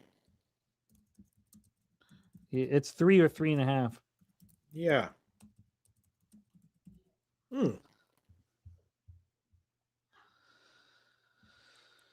I mean, this is their chance, man. I mean, they waited until they were eligible for the tournament, and now they got the team. I mean, but I don't. I understand where you're coming from. No, but going over those two games, expecting a team to beat another team for the third straight time on the most important stage makes me nervous. Yeah. Makes me nervous. Pete, when we started, in 2017 together, I wasn't that in tune really. It was a very ignorant capper. And when you would tell me that whenever I would pitch a bet, I'd say I bet it, and you would say, well, that makes me very nervous, Jimmy. I would lose those, 9 out of 10. Now I've taken it on. I feel nervous. Nothing for you here in this spot? Yeah, I mean, I'll think about. You're right. Merrimack definitely was absolutely friggin' rolling for most of the year. They certainly were, and it was all this has all been planned for what, 3 years, 4 years. Waiting until you get your best possible team, your first year of eligibility. We're a team that shines with defense. I mean, look, I don't need to. And then they let up for a few games at the very end of the regular season. Okay, so they only beat Niagara by 7 when they were a 7.5-point favorite. No, I feel you, Jim. I'm going to take Sienna first half only. I think this might be a very low scoring. This game might be like 21-22 first half. I think you're right. Merrimack is better. I'm getting. I've sold this to myself, and now I feel like I've sold it to myself. So I'm a little uncomfortable. If it makes you feel better, almost every MAAC conference tournament game makes me nervous in the first round. Yeah, okay. I'm gonna take Siena first half though. Get some of these things off of my page here. I got too much. Oh, you're gonna take it. Sorry, let me just. Yeah, first half +2 minus 115. Okay, well, I like that. I got my computer's freaking out here. I gotta get some of these things off of my page. Okay, all right, let's roll on, Pete. Let's roll on. Next up for us, and we're almost done all of these conference games. Then we're gonna go into NBA. We got to keep a very brisk pace, and then I've hammered the NHL card. There's one more bet I know I'm going to make. There might be a couple more, but I've made 10 bets. I've hammered it, and I really spent time with it, and it brought me towards some dogs that make me nervous. 9 p.m. Eastern, Conference USA Championship first round. New Mexico State Aggies 15-15, 8-12 in the Conference USA versus Jacksonville State Gamecocks 15-16, 10-10 in the Conference USA. We're back in Huntsville for this one. New Mexico State ranked 185th. Jacksonville State Gamecocks ranked 204th. These teams just played, Pete. They just played, and it was a fantastic game, which explains the line. It was a 77-75 victory for the Aggies in overtime. The Aggies opened up as 5.5-point favorites, closed as 6.5-point favorites. Both teams shot the ball terribly. Every team had an opportunity. I mean, it was ugly basketball. I mean, there's no other way to put it. These teams met earlier at Jacksonville State. New Mexico State went in there and beat them 79-70. So the first game was a nice, comfortable road victory. Second game was overtime spot. Let's put the line history up. Will Rondo saying that Baylor was a trap. I'm interesting. I didn't move on it, but I'm still looking at a lie. If I can get, they offered a 5. Got up to 5.5. That was the high point here. So we have New Mexico State sitting here at -1.5. Beat opened up at 1, moved to 1.5. That's it. Not much doing here. And then from a total standpoint, we've got this one sitting right now at 142, which is where it opened. 4-cent move to the over. Any interest here? God, I can't believe I fucking hedged out with Baylor. I got scared by the line move, Jim. This one, wait, what? New Mexico State and Jacksonville State? Yes. Lean Jacksonville State, but didn't bet it, and I think I'll pass on it. Lean Jacksonville State at like +1.5. Where is it now? I wonder. Yeah, +1. Yeah. Yeah, I get it. I kind of get it. I'm gonna look into it a little more after the show. I have some interest in the Gamecocks. Let's roll on 9 p.m. Eastern. Big Sky Championship semis. Montana Grizzlies 17-15, 10-8 in the Big Sky versus the Portland State Vikings 20-10, 13-5 in the Big Sky. And we had DeJuan, our guy DeJuan Turntine, tell us that he's giving us a gift today, Peter. Mm-hmm. And that gift is the Portland State Vikings. That is a gift from DeJuan. Shout out to DeJuan and all our LA Cappers. Let's set up the gift here from our guy. Now, remember, the gift was the go-to line for TJ. TJ, that was what he would call in MLB, the gift. Now we have DeJuan with a college basketball gift. Let's get into this right now here. Sorry, just let me click on this spot. And here we go. By the way, rankings for this one. God, sorry, I blew past it. Here we go. 182nd are the Montana Grizzlies. 141st are the Portland State Vikings. Come off back-to-back wins here. Beat Idaho State, and before that, they dominated Weber State. Northern Colorado is a tough team that Montana had to beat. They lost to them badly at Northern Colorado, and then beat them 95-89. Were destroyed 85-57. And they beat Portland State 74-68 just 12 days ago. So Montana took care of business against Portland State. They've beat Portland State both times they faced them this year.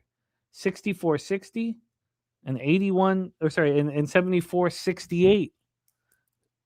They've beaten them. So is this Portland State's spot? TJ. Nice to see you, buddy. And then from a line history standpoint, We have the total that skyrocketed, one of the only ones so far, from 141.5 up to 145.5. So it's the only one that's gone way up. And then spread-wise, Portland State's -3.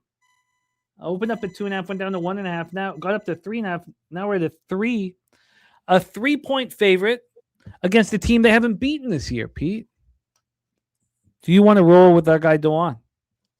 The line I set was 3, and that's exactly where I thought it came out. Free play, I would put it on Portland State. I would. I'll tell you that. Well, it's 45-38, so we are a point away here from the 8.5. I wonder if it's worth it.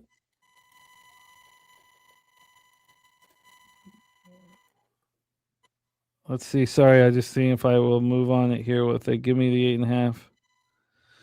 All right. Sorry. Let's roll on. Let's roll on to the Southland tourney here. UTRG, UT Rio Grande Valley. I'm interested in joining Dewan on Portland State. I think it makes sense here to back them. The Vaqueros 19-13, 14-8 in the Southland versus McNeese Cowboys 26-5, 19. Okay, here we go. 9.5. I'm in. You got Baylor plus 9.5. Well, it's circling, and I'm in. Yes, plus 9.5 minus 120. I suck at this shit, man. Wow. Well, we'll see. Okay. AM is on the over 139.5 here. Let's pull up the line history for this Southland spot. McNeese has been spectacular this year. Man, 26-5, 19-3 in Southland. They're ranked 68th in America. We are back in Lake Charles, Townsley Law Arena here as they face the Vaqueros. Vaqueros have been good this year, but this line's moving towards McNeese. It opened up at 6.5. This line was available for 21 minutes before it moved to 8. That's a major move. It did go back 7.5 at one point. Now we're back at 8. Let's get into the plan of attack here. But let's say, while I'm getting this all up here, Pete, sorry, we got a little discombobulated. Your initial thoughts here, UT Rio Grande Valley, McNeese Cowboys. Well, this is one that I hit the over on 139.5. I'm a little bit worried that I think AM might be right here. Like all these games where the total's getting slammed down are good bets on the over, and the ones where they actually got bet up a little bit are maybe not so good bets. I took the over 139.5. I did. I don't know what to tell you. Made sense to me statistically. Didn't see anything to throw me off it in terms of research, anecdotal stuff. So I hit it, and now it has moved up, which is nice. I took the over. McNeese is often too big of a favorite in the regular season. These are classic conference tournament games where big favorite makes me nervous. Sometimes they win by 25. Sometimes they, lose by 2 at the buzzer. I took the over. What can I tell you? UT Rio Grande Valley was 2-6 in conference, 6-11 overall, and they beat McNeese 79-76. That was the second loss of the conference season for McNeese. They were 7-2 at that point. They're now 19-3 in conference. In that one, McNeese were 9.5-point road favorites. UT Rio Grande Valley looked bad. From then on, UT Rio Grande Valley was excellent. They go 13-2 the rest of the way. Now they went to McNeese and lost by 7, 75-68. UT Rio Grande Valley has certainly closed the gap between these two teams. Remember, I just told you they were 2-6 in Southland. They closed 12-8. In that second meeting, McNeese opened up as 10.5-point favorites, closed as 11.5-point favorites. Yeah, Nate, I got the 9.5 at minus 120. So I'm in. We'll see how it works. And Peter, you got the over. Are you making it official here or no? I'm looking at it. I'm thinking, and I'm actually seeing it's back to 139.5. I'm thinking about it. I think UT Rio Grande Valley can be in this basketball game. That I don't know if I'm going to move on them. That initial move from 6.5 to 8 is very uncomforting, so I'm going to sit with it afterwards. And Chris Warren, thank you, my man. He used to drive the basketball team. We got these insights from these cappers that know these teams intimately. I love it. Shout out to Chris Warren. All right, Pete, we just have 2 games left. I've moved on one of them, and then we're going to go into the NBA. We got to keep a brisk pace. It's my fault that we spent a little bit more time on these college basketball games. Now they're big, big games. Let's move on to the next spot on the board. Oklahoma State Cowboys, Colorado Buffaloes is our next spot on the board. And let me just pull this up here. I believe, okay, I'll pull it up in a second. I believe we have come to spreadsheet. But I'm pretty certain. Let me just pull it up here. Let's set this one up while I believe we have spreadsheet play of the day backing the Buffaloes. Colorado here started playing, better as the season went on. Still some horrific losses. They lose by 40 at Houston like 2 weeks ago. That wasn't a bad loss, 89-79 at home to Arizona last out. These teams met. Oklahoma State went to Colorado and lost 83-69 just 2.5 weeks ago, 3 weeks ago. Miss Smokes a lot on Colorado. And Stephen Fehrenbach says Baylor plus 280, says they're still going to win by 5. Well, I love the sounds of that. And here, spreadsheet play of the day from our very own Ron Crawford, who may be joining us, Pete. He may be joining us. Him and Wendy may be coming to San Antonio. I'm pushing it. Need them. Want them. Need them. At Pubapalooza. They may be joining us at Pubapalooza. And spreadsheet play of the day is the Colorado Buffaloes. If you're listening on headphones, you might want to turn the volume down a little bit. It's no longer the piano because Ron Crawford rocks out. Ron Crawford!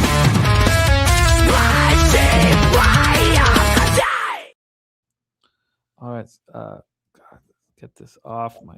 Okay.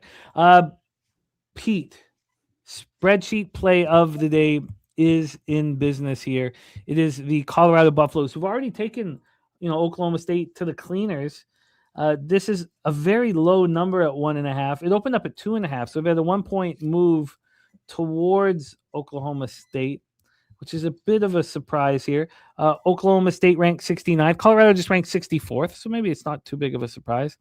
And then when we get to the total here for this spot, we have a 164, opened up at 168. So pretty big. This got all the way down to 162.5. Pete, your thoughts on this one? Yeah, I would definitely be leaning Colorado for sure. Colorado, very impressive team this year, just in general. Only slight issue is Oklahoma State closed pretty well. They seemed like they have some life to them. I had them against Houston when they were getting a huge number as a home dog. Just because, Houston's not going to steamroll them. And then the question is, does the big home dog have the life to keep it within single digits? And Oklahoma State seemed like they would, and they did. So I don't love fading Oklahoma State here, but definitely liking Colorado as well. Yeah, I'm a little bit worried that, I faded Oklahoma State. I think wasn't that the low bag parlay loser? It was UCF, right? Against Oklahoma first half State. money line. I think that was my losing leg, and that told me something because I don't think that was really. UCF is a nice little team there, and then Oklahoma State really came and gave them a fight. So this is kind of a similar situation. I feel kind of similarly about Colorado, and it's just Oklahoma State. They're a shitty team that's got some fight to them right now. That's the only thing that makes me nervous. Yeah, no, I think there's legitimate fears. But as Matty Ice says, it's just bet the spreadsheet. It's easier to sleep in the black. Nutplush says this game versus Arizona, I think, took something out of Colorado. He's leaning Oklahoma State. Well, let's move on to the final spot on the board here. I did not want to do this, Pete. I did not want to back. Or no, I should say this. I did not want to fade Eastern Washington in Big Sky. I did not want to. I think part of the fact that this is being played in Boise, Idaho, that kind of got me. Idaho just went to Eastern Washington and beat them. This makes me nervous because they've beaten Eastern Washington both times they faced them this year. First one was at home by 3. Then they went to Eastern Washington, beat them by 4. But, statistically from a profile, these teams are, Idaho ranked 164th, Eastern Washington ranked 165th. And these are KenPom rankings. I did move on the Vandals, and now I'm nervous about it. This total opened up at 153.5, is now dropped to 149. And then from a point spread aspect here, we have Idaho minus 1.5. Now Idaho opened up at plus 1.5. So they've gone from dog to favorite. I'm very concerned that I've backed a few teams that have beaten their opponent twice already and are going for the third. I mean, if I would almost prefer not making any moves before I talk all these games out with you guys, because I think my card would look a little different. But I was drawn towards the Vandals because the game was in Idaho, because it was in Boise, knew they'd have fans there. Looking at their conference record, 2 games back of Eastern Washington, but they handled Eastern Washington twice. Pete, take it away, the Big Sky Championship semifinal. Yeah, have to pass on this one. Got nothing. Looked at it. Don't really have anything. I don't have a good feel on these Big Sky games when there's an in-state home state edge for one team. And, I would love to have looked into it more, but I'm going to pass. Oh, Nutflush says Skylar has college showcase tournament. Says some of you don't know, Skylar, Nutflush's youngest daughter, not only academically gifted, but a star soccer player. So she's going for college showcase tournaments next 2 weeks. Take a guess of the location. Vegas. I wish it was San Antonio. I would like to guess San Antonio. But Pete, can you please review your college action for Tuesday, March 10th? Sure. All right. So Baylor, Arizona State, first half under 72, minus 113. Loser. Already a loser. I did incredibly sharply take Arizona State plus 6.5, minus 115. That's probably going to be a win. And then I chicken shit it out, taking Baylor money line live, minus 111. That's probably going to be a loser. Stanford money line and Cincinnati first half money line parlay. That's minus 115. Stanford is minus 215. Cincinnati minus 365. Missouri State FIU first half under 72.5, minus 110. Monmouth first half plus 2.5, minus 114. I do kind of want to add on full game, but I'll just stick with the first half and take in case something bad happens there. UMass Lowell, UMBC under 148, minus 116. Texas A&M, CC, SF Austin over 134.5, minus 107. I will double up on Mercyhurst. First half plus 3.5, minus 111, and full game plus 5.5, minus 110. And Siena, first half plus 2, minus 113. That'll be it. Yeah, I think that my Mercyhurst action, I should have moved on it earlier. I should now roll in. So I'm going to do that right now. I'm going to join you on Mercyhurst. So I'm going to get that in. The bets I have coming in: Monmouth plus 4.5, Santa Clara plus 7, Missouri State money line, Merrimack minus 3.5, Idaho money line. The action that I'm very interested in adding, we have the plus 9.5 live right now for Baylor. We'll see how that rolls, but I don't have more. I'm interested in UMass Lowell. I could get off of it. Then I have some interest in Corpus Christi. I could get off of it. I'm going to move on Mercyhurst with you guys right now. I'm going to study Taint a little bit longer. The NJIT, I just kind of want to see where the market closes. I hear what Spooner's saying, the not to fade Vermont in March. Grambling State first half, I think should be bet. I mean, they're just telling us that Grambling's going to be shot out of a cannon. So why don't I just listen? I have some interest in Jacksonville State. Dewan telling us that Portland State is a gift. I'm interested. I like UTRGV. The Rio Grande Valley has gotten better and better and better as the year's gone on. Now McNeese is very, very good. Are they the best Southland team we've seen in years? Not ATS wise. Well, they've been such huge favorites, in every game. I mean, but I hear that. And then I'm on, and then that looks like that's my card here. So Pete, I would like to make some moves here. Let's move over to NBA. We have picks from Dave. He says, any thoughts on Liverpool, Pete? Yeah. But that game already started, didn't it? Yeah. Yes, I did have some thoughts, but I didn't say it. I was leaning first half under, but I didn't mention it. And I don't think, but I will. I think I will take. I'll give 2 soccer picks, Jimmy. The bag. Perfect. And then once you give the soccer, I'm gonna get this action in. Once you give the soccer picks, we can start setting up. NBA. Yeah, I'll give, and I won't do quarter goals just because I don't want to put on the screen like quarter goals and stuff like that. So kind of like Tottenham Hotspur first half. Instead of taking a quarter plus 100, I'll take just plus a half minus 153. And the first half, that's first half, sorry. And first half under 1 minus 103 in that game. Both of those will make official. What the hell? What the hell? Okay, I think I'm going to get this in right now. So yes, I got to get it in right now. And what did you get on the first half for Mercyhurst? Plus 3.5 minus 111. That's again, that's at a book where I used to. Let's not get into it, but trust me, it's a big book, and they're good. Yeah, I see it right now. It's available. Okay, so I'm going to get my action in, Pete. Why don't you begin setting up that game one? And you're now setting up NBA and NHL. Okay, so where are we starting? NHL or NBA? What are we starting? NBA. All right, NBA. Let me scroll notes here. All right, okay, here we go. Memphis, Philly. Man, what a tough game to start with. Two banged up, shitty teams, right? Which losing team is likely to bounce back here? I don't really know. You know, Embiid is out, Maxey, all it, and then Memphis guys are out, and Memphis lost at the Nets yesterday. They had covered 5 in a row before that. Philly lost to Cleveland yesterday. Now they're back home, both on a back-to-back. Philly was like a 5-point favorite when that first line I saw. Total was like 230. I really have no clue what to think here. Maybe under. I don't know. Maybe under. Well, first off, I got the Mercyhurst 5.5 at 365. I got the over at Penny. I got the 3.5 first half. So I'm doubling up here.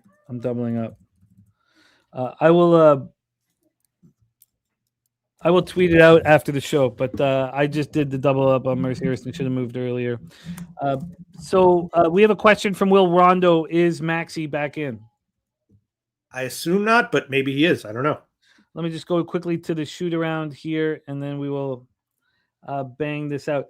Maxey's out, officially out. It's just Edgecombe. Edgecombe's the only one that might be in. Clayton, questionable. All the rest of the Grizz out. So here we go. Grizzlies 23-40, 11-20 on the road. Sixers 34-29, 17-16 at home. Xfinity Mobile and Philly.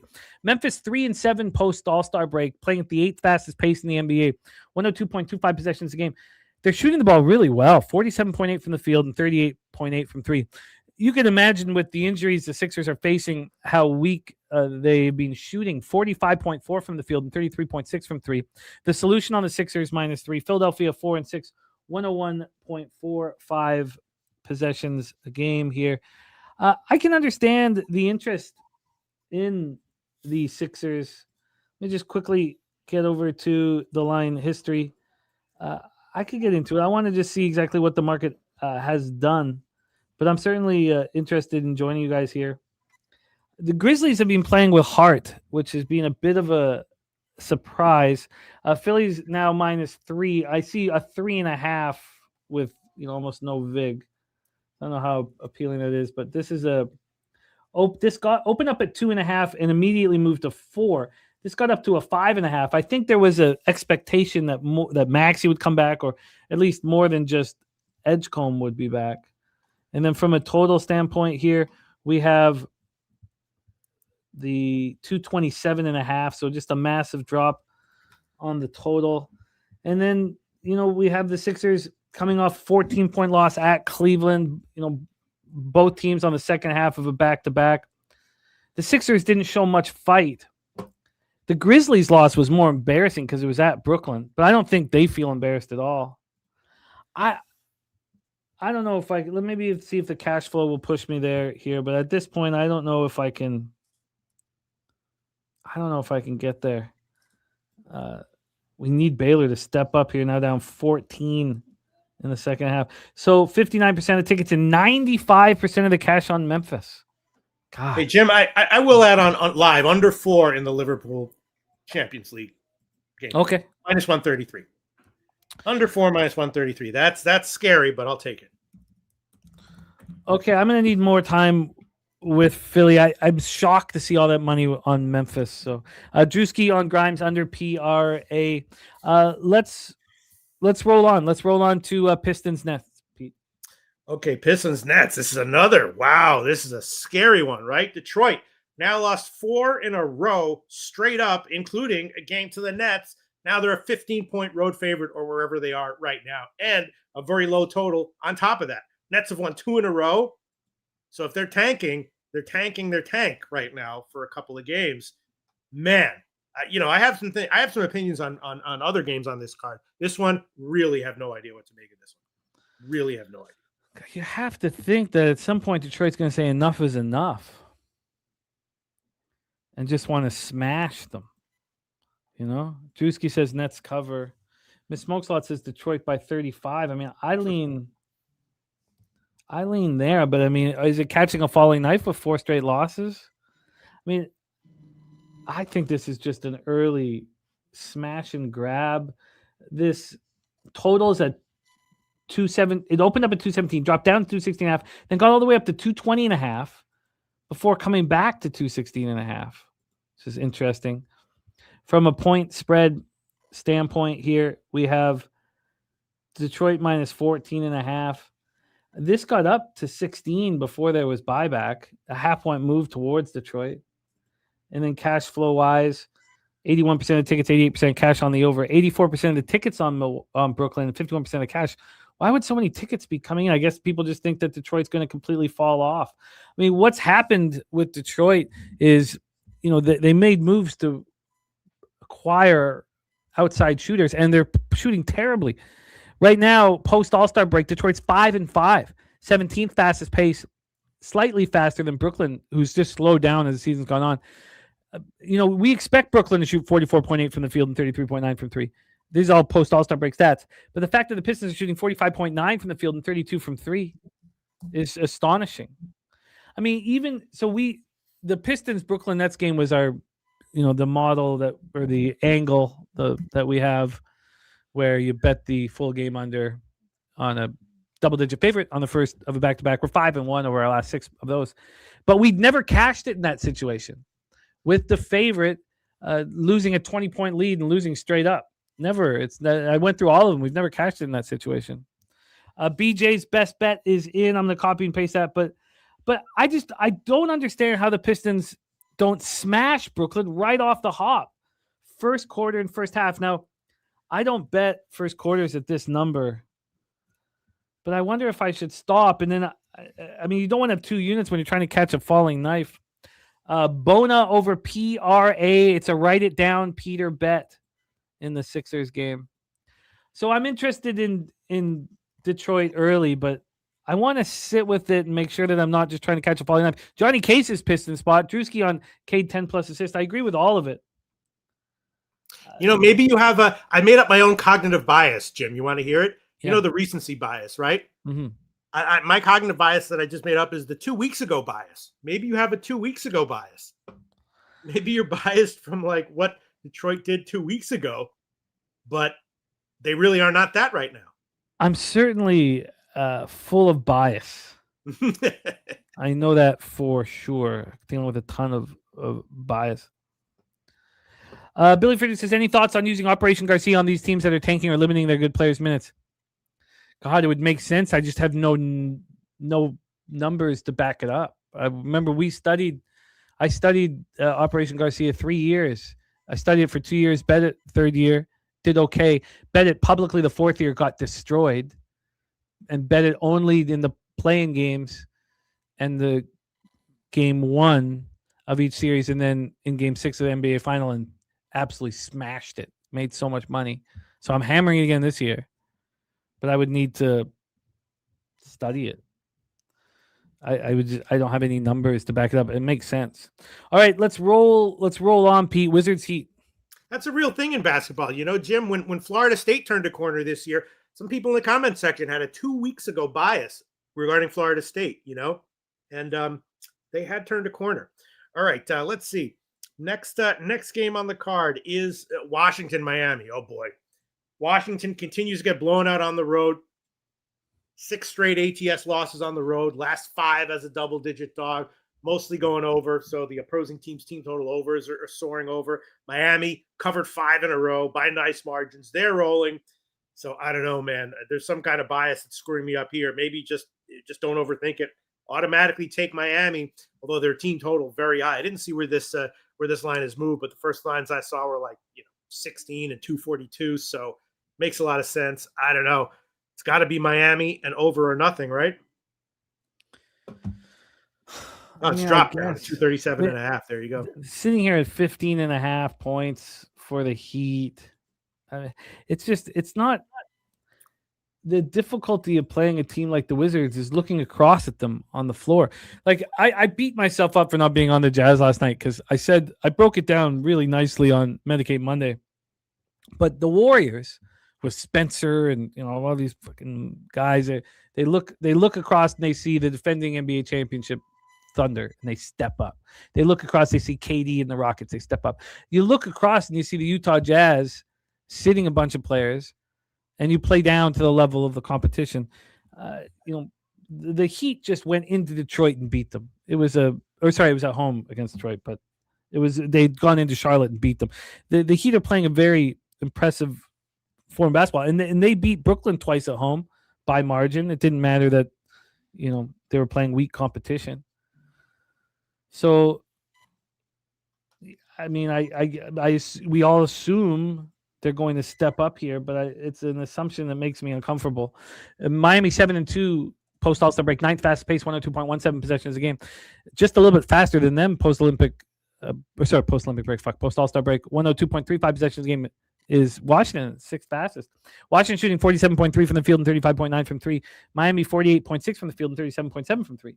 So they're playing fast. Both teams, they're playing efficient, and the surprise more is Washington's efficiency. And yet this total opened up at 242 and dropped all the way down to 237.5. I mean, I don't know how I'm just not in a way of not respecting that move. And we get to the cash flow here. We have 82% of tickets, 80% of cash on Washington. So Washington's public, which is astonishing. A public road dog, we know that's how you lose your money. So I guess seeing all that money on Washington, I guess I have some interest in the Heat. Some. I'm going to leave question marks by it right now, but I could see, I mean, if we want to use the proof of what they did to Brooklyn, they cared about playing them. And they beat them again by margin when they played them again. So I can do it, man. I can get there. Let's roll on. Okay. Thinking about looking this up. All right, next game on the card is Dallas Atlanta. Jeez, Dallas lost 7 in a row straight up, 2-5 ATS in those. They're getting blown out on their current trip. Atlanta, again, the opposite, 6 in a row straight up, 6-0 ATS in those. Atlanta, first line I saw was 9, total about 240. And Dallas games are going under in their streak, so it's the Dallas team total unders that have been cashing. You read what Dallas is saying. They're saying they're going to make changes, but they have to say that. And some of Dallas's, blowout losses forgivable, against tough teams here and there. And the Atlanta blowout wins, maybe some cupcakes and stuff. So maybe Atlanta looks a little bit better than they really are right now. Dallas maybe a little bit worse right now. I was thinking maybe a shot with the under. Other than that, not really sure. Very quickly here, Hero, the late addition to the injury report. Mm-hmm. Who would be betting on Washington Wizards? People who know that Hero's out. Who else would be putting big bets in on the Wizards? Someone who has got inside information that Hero's not going to be playing. So I'm gonna take that amount of action in on the Wizards, and I'm going to sit with it. So I want to hit a pause on the Heat here. The Hawks trade deadline, picking up Kuminga was massive. Yeah. This is a team now that believes in themselves. It's a 7-point game now, Baylor. So, Kuminga is questionable here, but God, it makes their bench so strong, knowing that they just got instant buckets. He's dealing with a left knee bone bruise, so he's missed 2 straight. Is he going to miss his 3rd in a row? Now, Riz Ahshey is a bitch, and Kispert can step up a bit, but this is a team feeling good about themselves right now. And the Mavericks are just trash, man. They're they're a very, very difficult team to have faith in, over 48 minutes. I mean, they play little bits of quality ball. They're completely healthy right now. I mean, you look at Flagg, Christie, Middleton, Washington, and Gafford, and you think, God, I mean, shouldn't this team, I mean, isn't that a strong first, front five? Maybe strong is a little much. 5-point game. Sorry, try not to pay attention there. Baylor's alive, the solution. So here we go. Mavs, we have Atlanta -10, which, opened up at 8.5, now 10. If you look at the lineups, I mean, does it really, obviously Atlanta playing well, but look at that Dallas lineup. That line tells you that Dallas is not going to be playing their stars very much, and they will be tanking, and they want to lose this game. This total opened up at 238.5. It's now at 240.5. And when we get to the cash flow here, we have 64% of tickets, 84% of cash on Dallas. I think they're going to lose their shirt. I think Dallas is going to try to lose this game. Yeah. I mean, it's the only explanation I have here, honestly. Why would this line be moving? You finally have Mavericks completely healthy. Look, is that not a decent starting five? I mean, honestly, Flagg, Christie, Middleton, Washington, Gafford, is it that much stronger? I know that Jalen Johnson's a difference maker, but McCollum, Alexander Walker, Daniels, Johnson, Okongwu, and you have Kuminga not playing. The only thing to explain this line from 8.5 to 10 is that the Dallas is not trying. So I think that I think the call's being sent in, and Dallas is going to just shit the bed and not try. And let's just do a quick look here. Let's just do a quick look at what Dallas did last game, because with them being healthy and ready to go, they're coming off losing by 30. Remember, and I told myself, well, I have to bet Dallas today. They just lost by 30, but here they were healthy. So let's just see what the hell minutes were played. So Middleton plays 19, Gafford plays 23, Cooper Flagg plays 30. I'm sure he's got a 30-minute max right now. So then what's the problem is you got, Ryan Nembhard, AJ Johnson, Najee Marshall playing 22 minutes, Caleb Martin playing 15 minutes. He took one shot and missed it. This one's going to require more time, because if I said I'd blindly back every team that just lost by 30 points. But I do think that there has to be some sort of a caveat where you have to say, well, does this team care? Does Dallas care that they just lost in Toronto by 30 points? And I don't have that answer. This is ugly. I hate this shit. Let's. All right, I'll take. I could get burned here, but I'm gonna take a shot with the under. Full game, 241 minus 109. 241 minus 109. I'll take a shot with it. Acacia on the under as well here. So we have a 5-point game here. Stanford, Pittsburgh is off. Alcorn State, by the way, up 9-0. If that's a sign of teams that have lost their first two games against the opponent, I'm nervous. Peter, let's roll on to now. I need to say something here, though, with this Dallas-Atlanta spot, was that I did tell myself that I would bet every single team that lost by 30 points, and I wouldn't hesitate, and I wouldn't find reasons not to.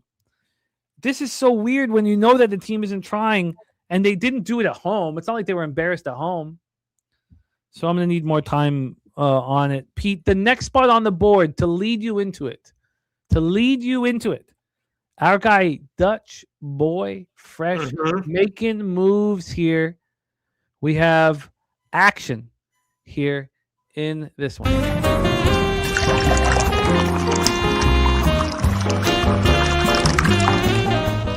The Raptors plus 5.5 from Dutch Boy Fresh. He's been crushing it on our shows, coming in, giving us a winner day after day after day.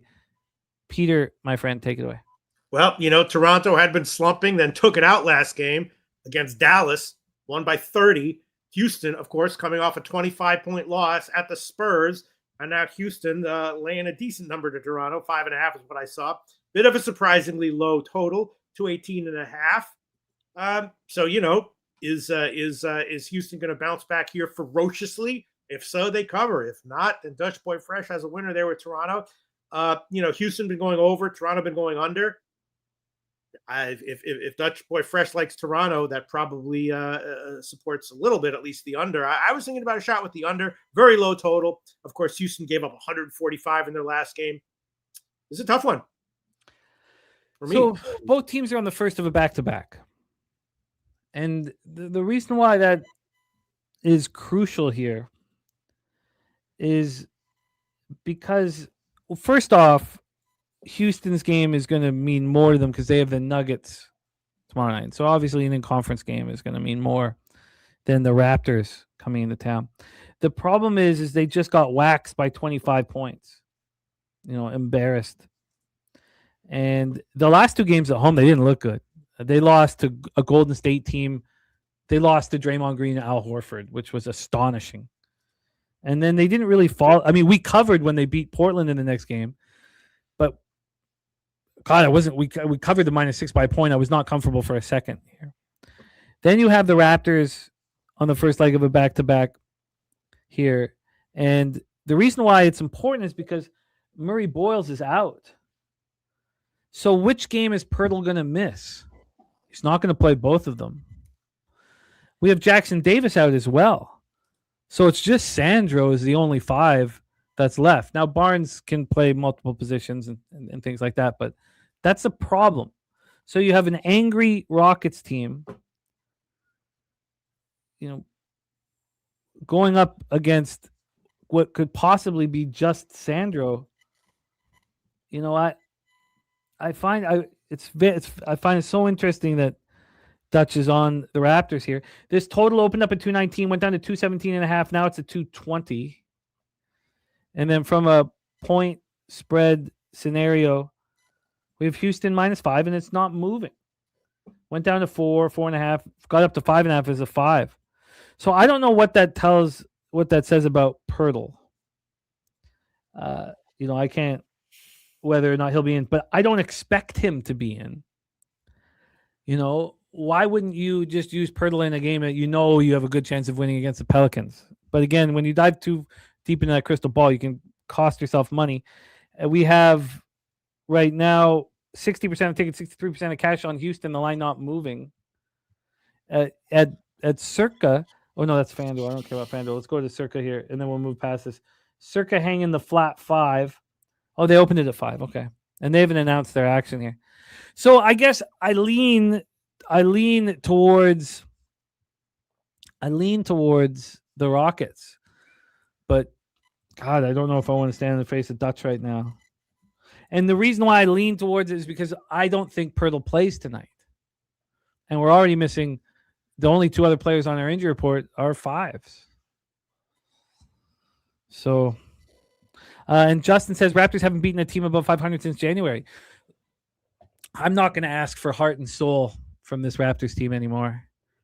I don't see it. IQ, I don't see it. RJ Barrett, I don't see it. BI's been great. I hate saying anything negative, but I don't. Where's the want? Where's the anger when the Knicks wax us by double digits every time they play us? I don't see it. So I'm interested in the Rockets. I don't know if I can get there. Justin on as well. That helps. I'm going to need time to study it more. But Pete, my friend.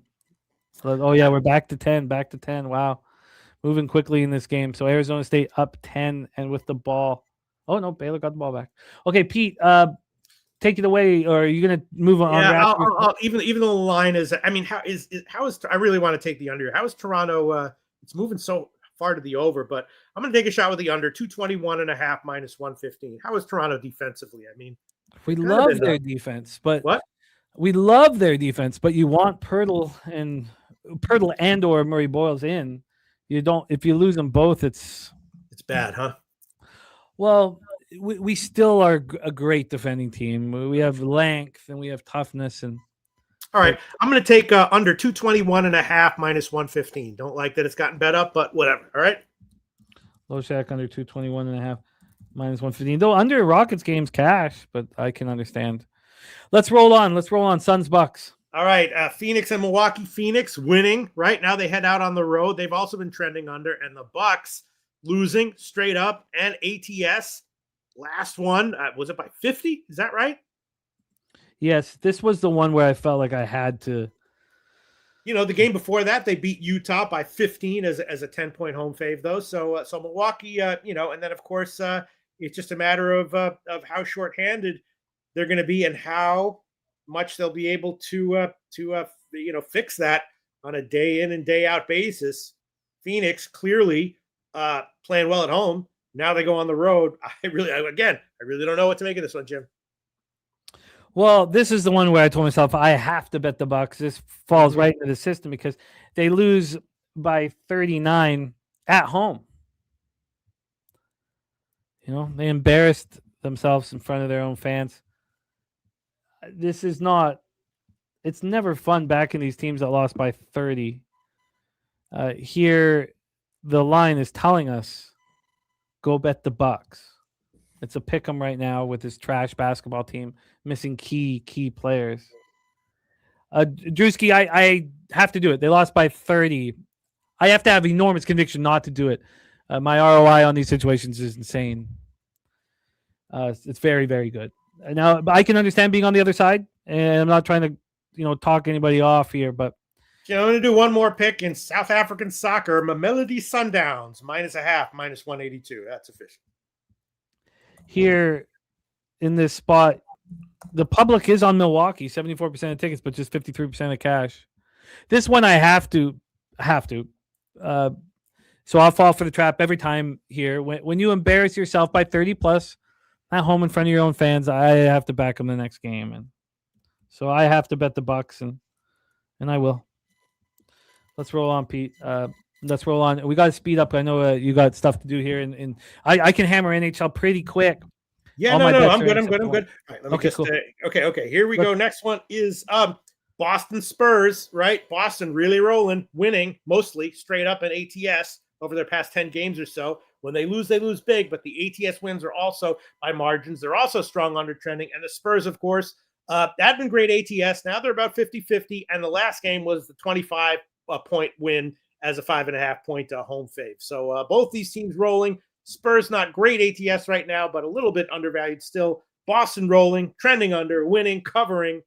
They played once already this year, very low scoring game. So I was thinking, no brainer it on the under 222.5, but not sure about that. Well, first off, to make it more difficult for everybody, Dutch boy fresh on the Spurs. Spreadsheet play of the day on the Celtics.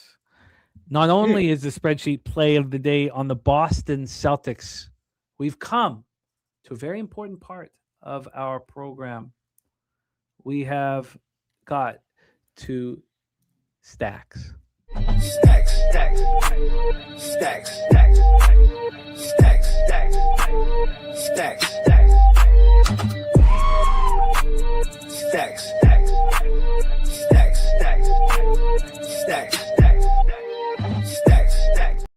Vooch and Pritchard are out for the Boston Celtics.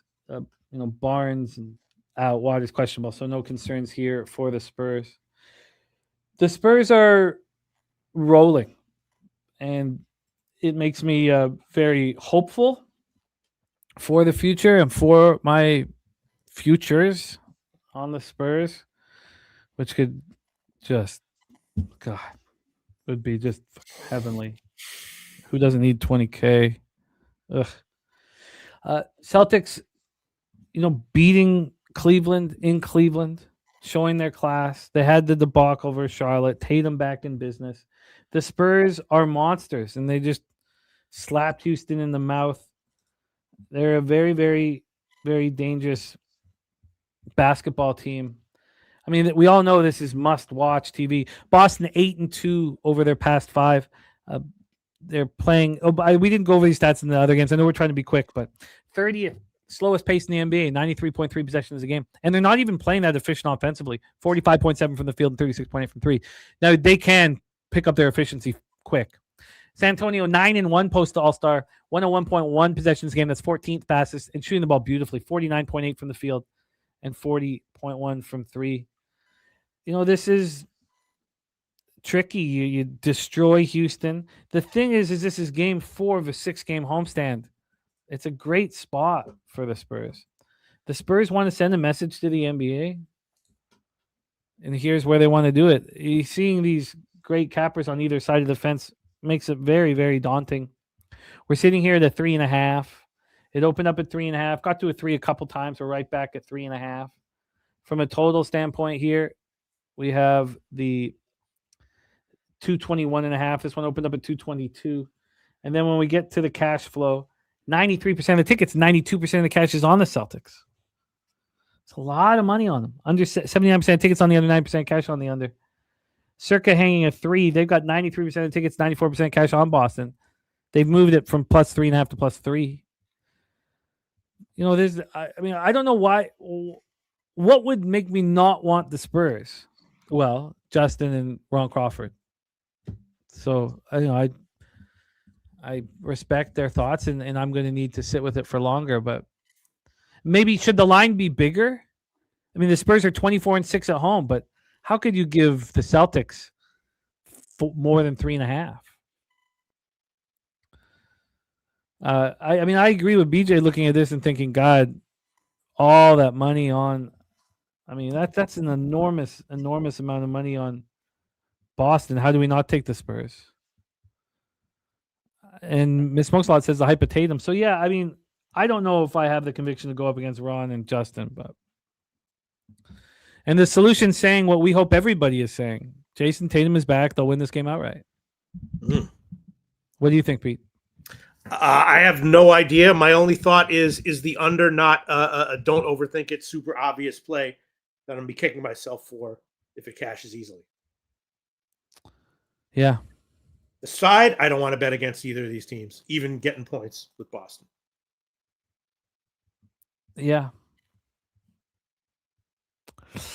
Yeah, no, this is a game of the day. Do we need to get involved with it? Let's roll on, Pete. We have a Bulls Warriors. Yeah, man, this is a tough one. Both played on. Golden State played on a back-to-back. They lost at Utah as a favorite, and now they're back home going up against the Bulls. We're coming off of pretty bad loss at Sacramento, but before that, they had a couple of nice wins and covers and competitive games. And they were very high scoring, but not so much recently. This one I really just don't know. Golden State is a decent-sized home favorite here. Is Chicago good enough to get a first-half cover here? Maybe. There's certainly issues here with who will be in the lineup. Yeah, that's the other thing. So we have Williams, Sexton questionable, Smith, Giddey, and Buzelis probable.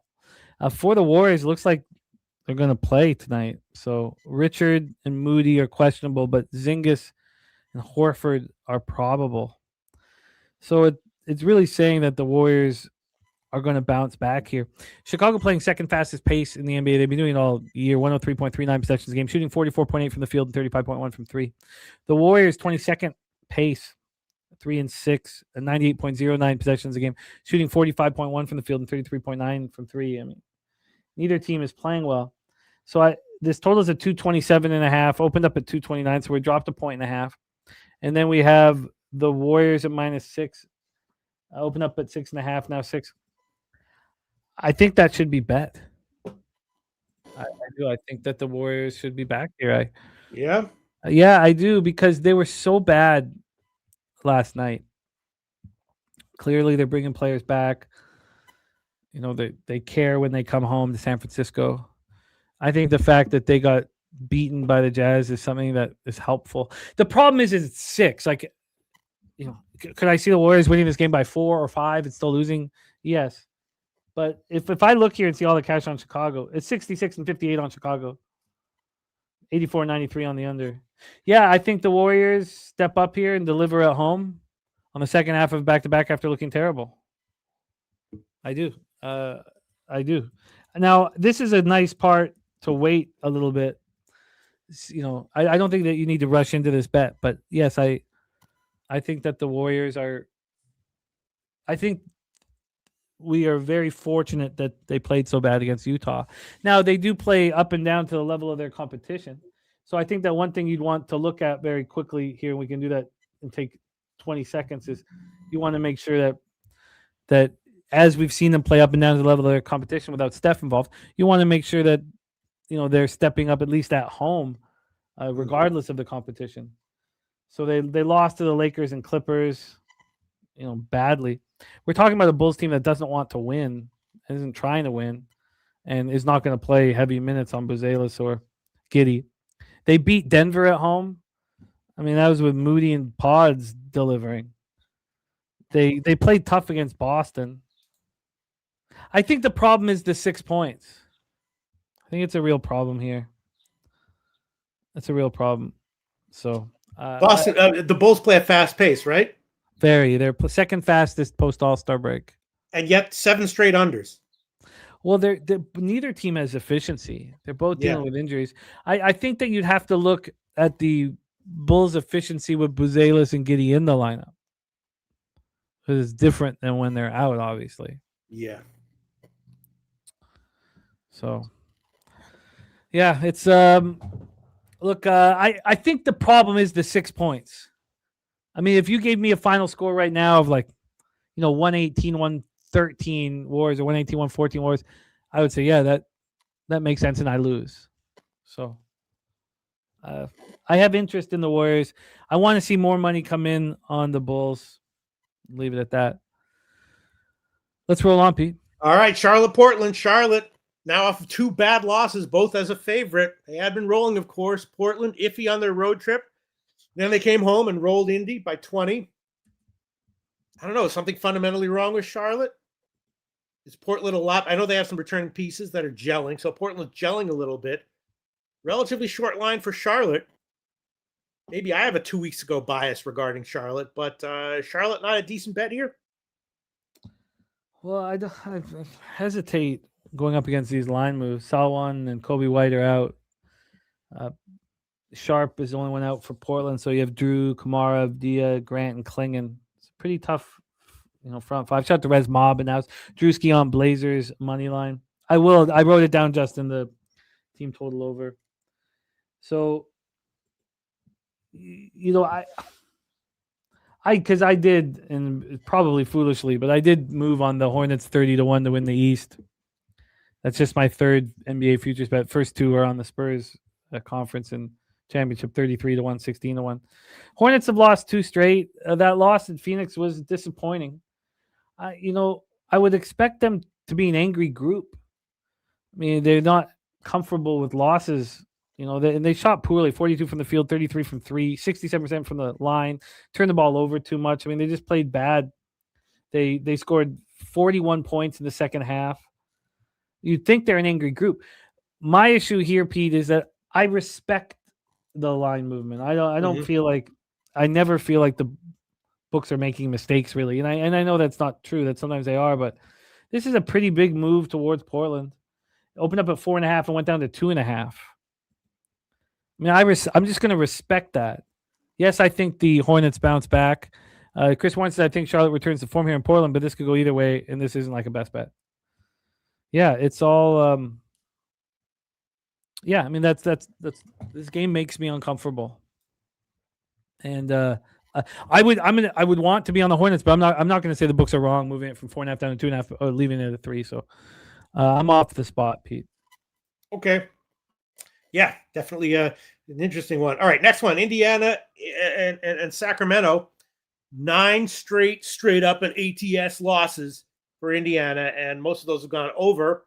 So not playing any defense. Sacramento in general bad, but they are off a double-digit straight-up home win as a home dog.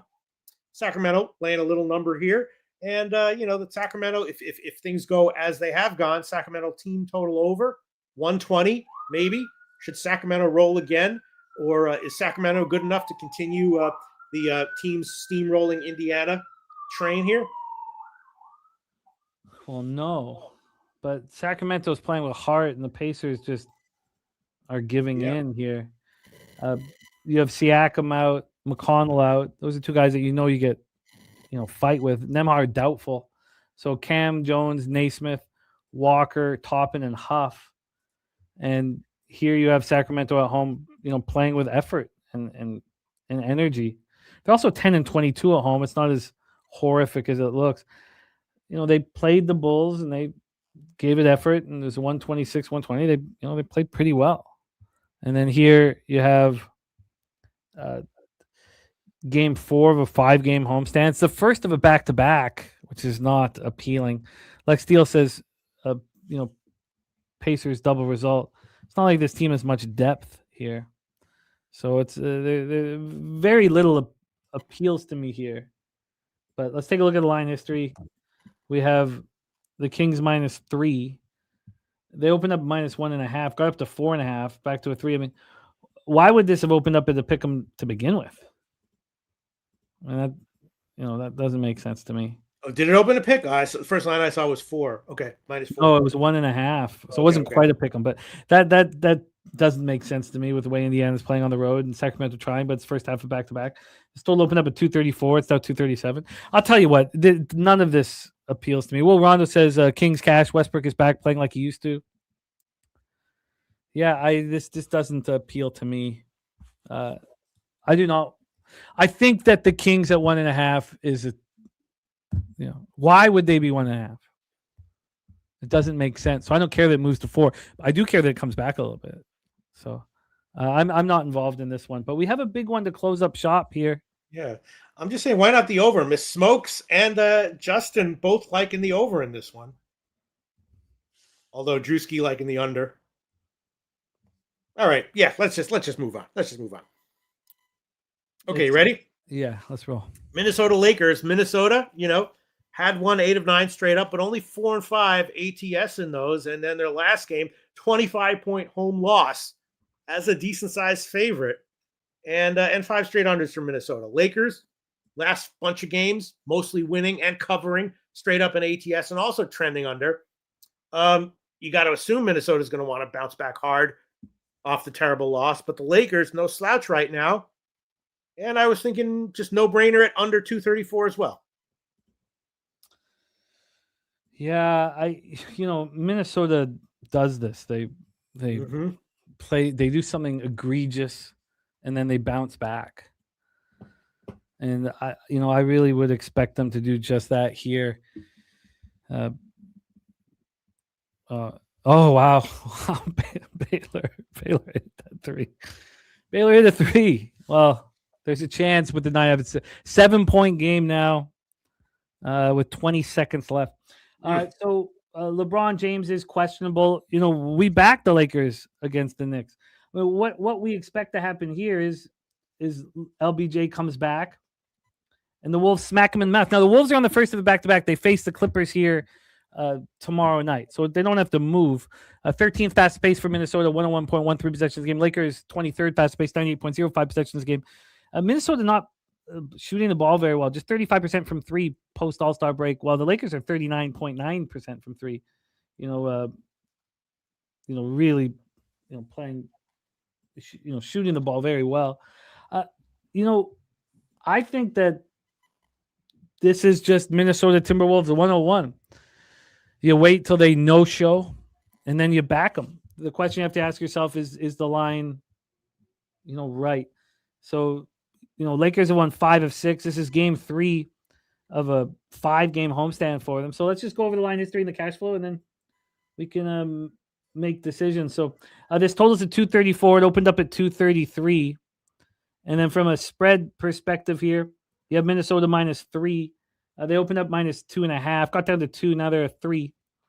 And when we get to the cash flow here, you have 68% of tickets, 64% of cash on Minnesota, 66, 56 on the under. Yeah, I'm going to be on the Timberwolves here. Mm-hmm. Timberwolves will bounce back. And, I'm comfortable. I'm going to be on Minnesota. I think Minnesota takes care of business here. I would like to see more money come in on LA at some point. Billy Friedrich says if LBJ's in, bet the Wolves. If he's out, bet the Lakers. I agree with that sentiment, but I also think that you back the Timberwolves after they embarrass themselves. And we went over that. We went over it like a week or two ago. Every time that they embarrass themselves, they stepped up. And when they step up, do they do it offensively or defensively? That is a good question that would require me to go back through the games. I feel like you do it a little offensively, but I don't know. Well, we cashed the 9.5, folks. Very nice, Jim. And also, for all of you guys live betting, they're going to be within 4 by the end of the game. So Pittsburgh up 6 on Stanford, Alcorn State up 2 on Prairie View. Okay, Peter, let's review NHL. And I know the I'll take a shot with Minnesota. I'll take Minnesota Lakers under 234.5 minus 112. You know, I like that. I like that. I don't know if I'm trying not to bet totals in basketball, but I do like that. And I'm interested in it because yes, I do think that the Timberwolves will awaken defensively. I want to sign no other. Like, I like that you've got me moving, looking at it. I want to sign from the books that it's the right spot. Nate, it's a 5-point game. It says there's 0 seconds left. There's one more foul shot for Baylor. We'll give you the. Okay. Well, I'll give you in a second. So Pete, can you please review your NBA for Tuesday, March 10th? All right, a lot of things I was thinking about, but I'm cautious. Dallas, Atlanta, under 241 minus 109. Toronto, Houston, under 221.5 minus 115. And Minnesota Lakers, under 234.5 minus 112. We'll see. So I haven't moved on any NBA today. The difficulty was because we had 2 teams, the Mavericks and Bucks, that both lost by 30, which I said they'd be bets, but I don't know if I can do it with Dallas, honestly. I have some interest in Philly. I have interest in the first quarter, first half with the Pistons. I'm not going to – I think the Heat, there's something up with the Heat, personally. So then the Atlanta-Dallas game just throws me for an absolute loop because I'm supposed to bet the 30-point loser. Look, I want the Rockets. And the fact that Dutch is on the Raptors – Pete's on the under 221.5. I'm going to need to study it longer. I'm going to be on the Bucks. I know it's a sick bet, but I'm a sick man. Dutch is on the Spurs minus 3.5. We have Justin and Spreadsheet on the Celtics. I lean towards the Spurs, so I got to figure out after show if I have the conviction to be up against Justin Ron. Then I think that Justin may have nailed it with the Warriors team total over. I think he might have just nailed it. So thank you for putting my eye on that. I want the Warriors. I think they bounce back from that Jazz spot, and I don't trust the Bulls to care for 4 quarters. I think this is a great live betting opportunity in the Bulls-Warriors game. If the Bulls have a nice, hefty lead, get involved. Hornets-Blazers, I'm off. Pacers-Kings is just in fact, I tell you what. No, I can't say it. I can't say I have interest in the Pacers out loud. It's a final score, 83-79. 83-79. And I've been paid. Beautiful. And then Timberwolves, Lakers. I'm going to be on Minnesota. And I have interest in the under as well. Does that mean maybe I should just take the Lakers team total under? I don't know. It's putting all my eggs in one basket, but there you go, Pete. That's the NBA for Tuesday, March 10th. I'm ready to absolutely fire right now at NHL. So let's roll. All right. First game on the card, LA-Boston. LA on a back-to-back. They beat Columbus in OT yesterday. For that, in general, a bit underwhelming. Boston, their last game was the OT loss at Pittsburgh. In general, they're a pretty solid team right now. And I think that this is a nice little Boston spot, although the first line I saw was a high line, like minus 155 or so. I haven't seen where it moved, but I would take Boston, but the high line makes me nervous. You know what? And LA's also been a great road team as well. Yes, but this is about Boston. Boston is a Jekyll and Hyde home and road team. You back them at home and you get paid and you get paid and you get paid. And then you watch them play at home and you think this is a quality hockey team, and then you lose money on them on the road. I faded Pittsburgh. I backed Boston, I think 2 road games in a row. Bobano in my ear saying never back Boston on the road, and I've fallen. They were up 3-0 on Pittsburgh after a period. It was absolutely horrific. But now they're back at home. Now I get to fade the Kings off of a nice performance. The Kings are dealing with injury issues right now. And yes, DJ Smith has given them life, but no Kuzmenko, no Fiala, no Armia. I want to fade them. So the Kings are on the second half back-to-back after that opening up their 5-game road trip with the impressive 5-4 overtime victory over Columbus last night. This is their 3rd game in 4 nights with travel. Sign me up to fade them. Boston comes in off its 2nd loss in 3 games. They beating themselves up for it, up 3-0, and let Pittsburgh come back without Crosby or Malkin. It's game one of a mini 2-game homestand. They host San Jose on Tuesday. This is Boston on the -1 line. This is a completely healthy Boston Bruins team. I moved on them on the -1 line. And I didn't even wait for it to become available at Penny. I don't believe. I think I just moved on to 365 because I was waiting for it to become available, and I stopped waiting. Yeah, I didn't even wait. I got the +108 on the -1. I got the -150 on the money line, and I got +170 on the puck line. Out of curiosity, I really would like to see where it is right now. I don't care about cash flow, but I'm going to be hesitant to fade. I'm going to be hesitant fading the Kings. DJ Smith is a coach that's a heart and soul guy, and Loughton. Some of these guys are playing their hearts out for him. But this has moved 10 cents towards Boston. I agree with it. Boston -1. Boston takes care of business. Nahum says, same story. Boston at home buy, Boston on the road sell. Yeah. Boston -1 +108. All right. That's what I was thinking. And I'm seeing 108 also. So official for me as well. Boston -1 +108. Okay. Yeah, and Johnny K says Chinnikov being a monster. I thought there was a time, Johnny, when I thought Marchenko and Chinnikov were similar players. And then, of course, Marchenko takes off. Chinnikov gets ditched. Let's roll on, Pete. Sharks, Sabres. All right. San Jose and Buffalo. Buffalo, of course, rolling 8 straight wins. Last game was one of those crazy high-scoring ones, an 8-7 win. And San Jose, nice little team. So 2 OT losses after 3 nice wins. They're playing close games. And now you get a big dog line for San Jose, which does make sense. But San Jose playing close games. And I was thinking maybe San Jose first period, maybe San Jose +1 or +1.5, something like that. What do you think? Buffalo's good, though. Legit. Buffalo's coming off the best hockey game of the season. 8-7, and they beat the Lightning. How do you not fade them here? Well, you have to press the button and fade them, and I can't do it. I was the first thing I looked at, Pete. I waited. Give me the first period lines. What's the first period plus a half? Well, it's too expensive. There are 3 first period plus a halves that I'm interested in, but they're all too expensive, and I don't want to round robin them. I don't know what to do.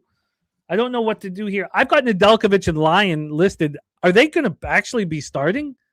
That'd be shocking to me if it's Nedeljkovic first line. Now, Nedeljkovic does have better numbers than Axe about me, but I think when push comes to shove, if the Sharks get a chance to play in hugely important games down the stretch, you want Askarov and net over Needles. San Jose power play 19.8%, 17th, penalty killing 15th. I mean, that's just where they are as a team right now, even though Anson Carter's done some nice things. Buffalo 20.9% power play, 5th ranked penalty kill.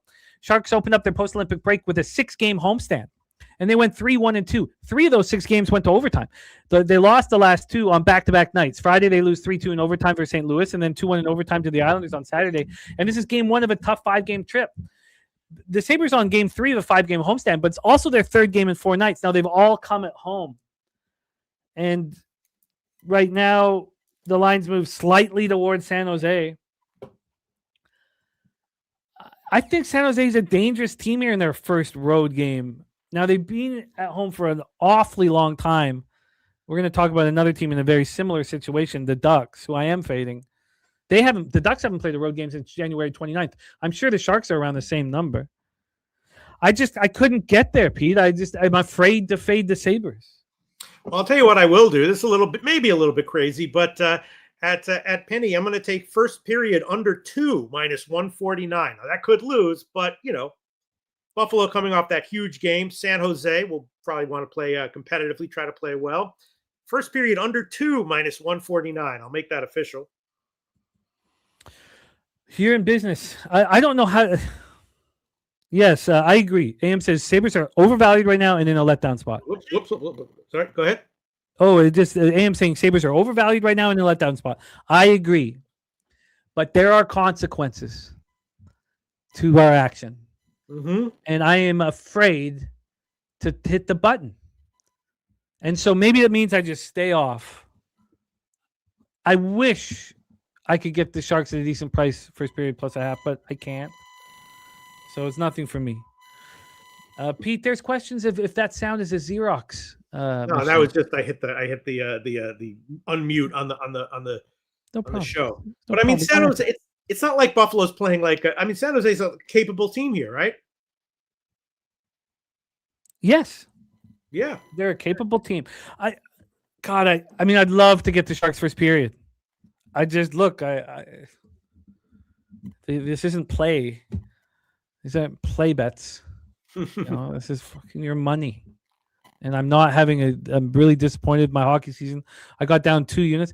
The swings I had, Pete, against the Avalanche, I had Minnesota Wild, money line of plus 168, and the team total over 2.5. It goes to a shootout. I lose a shootout. Mm-hmm. Yesterday, I gave out the parlay, my first parlay of the year on Medicaid Monday.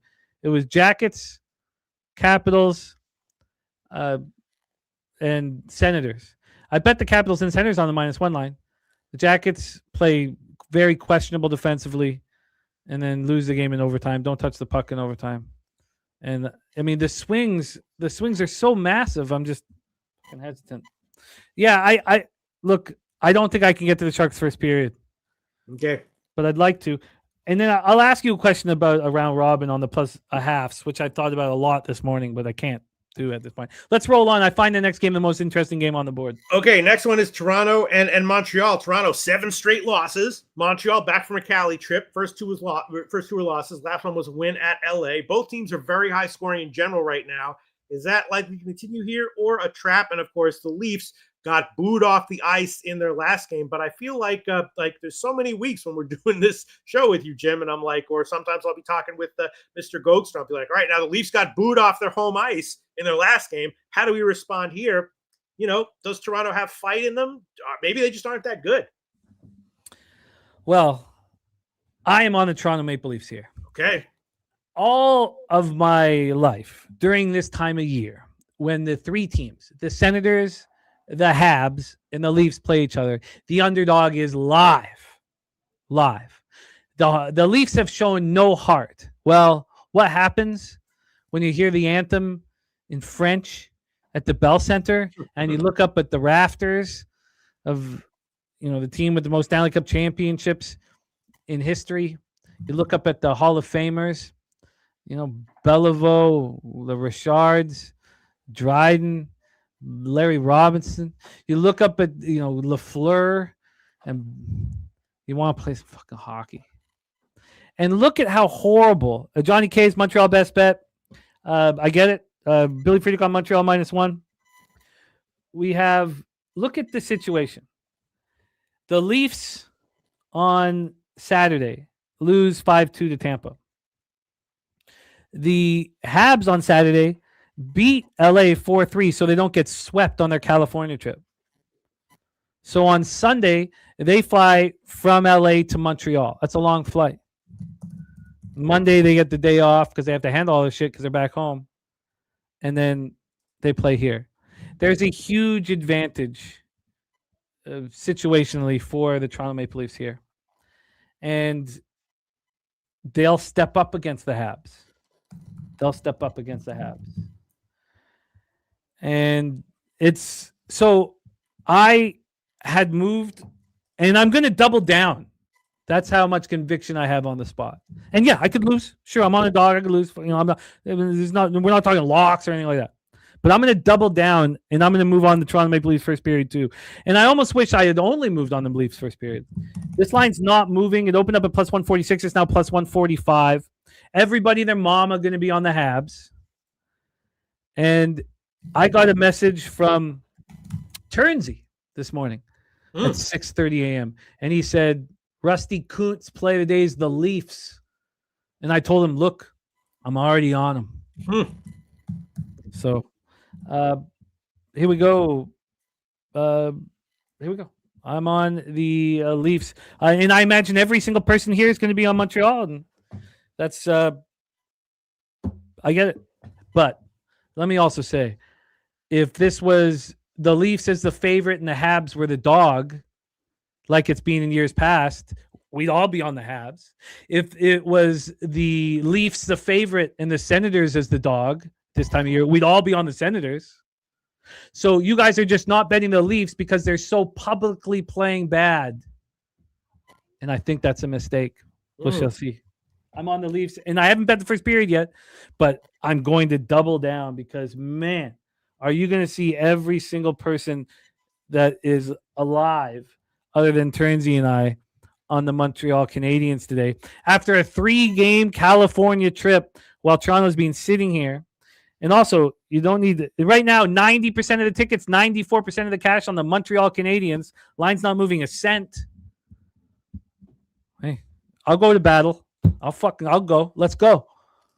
I'm on the Leafs. I'll double down. I hate this Leafs team. I despise them. You think I want to back them? Let's go. Let's roll on, Pete. Okay. Next game on the card is Columbus, Tampa Bay. Now, this is a weird one. Columbus on a back-to-back off an OT loss to LA. That makes 2 straight home OT losses. But before that, they had still been playing well. Of course, the coaching change, revelation. They've had some losses since then, but they're still a solid team. Tampa Bay back home after a 4-game trip. Lost the last 3. And then the last one was the 8-7 loss at Buffalo. And now you got Tampa Bay. I was like, is plus 120 enough for me to bet Columbus? It will be when it comes out. I see minus 240 for Tampa Bay, and I just really didn't understand it. Got to think Columbus. And it's also insane. Yeah. It's insane, Pete. I was like, oh my God. I was like, what the hell? Yeah. Now, I imagine with this line move that we're almost getting into the territory for Jackets first period plus a half because it was too expensive before the line move. But I've already moved on the Jackets team total over 2.5. I got that at minus 104. God, I want to see what that is right now. I got to see what this is. What line move? I saw first line I saw was 240. I'm seeing 237 here. Oh, wow. Okay. The first one I saw was 205. Oh, okay. Let's see what I'm looking at now. No, I probably looked at it late. No, you're right. There's no line. This line moves towards Columbus, which is what I thought. It's gone from 216 to plus 200. It was 205 before I got to the show. Look, this does now. So there's different ways of looking at it. I've got Merzlikins versus Vasilevsky listed because Jet was in last night. Merzlikins is a problem, 884 save percentage. The Lightning are 19-10-0 at home. They're actually better on the road. Vasilevsky's been excellent this year. Maybe good. He's been really good. Columbus power play 18th, penalty killing 23rd. Tampa Bay power play 13th, penalty killing 7th. Jackets are on the second half of back-to-back after suffering their second straight loss. Their second straight 5-4 overtime loss as well, falling 5-4 to the Kings. It was the final game of a 4-game homestand, and this is game 1 of a 3-game trip.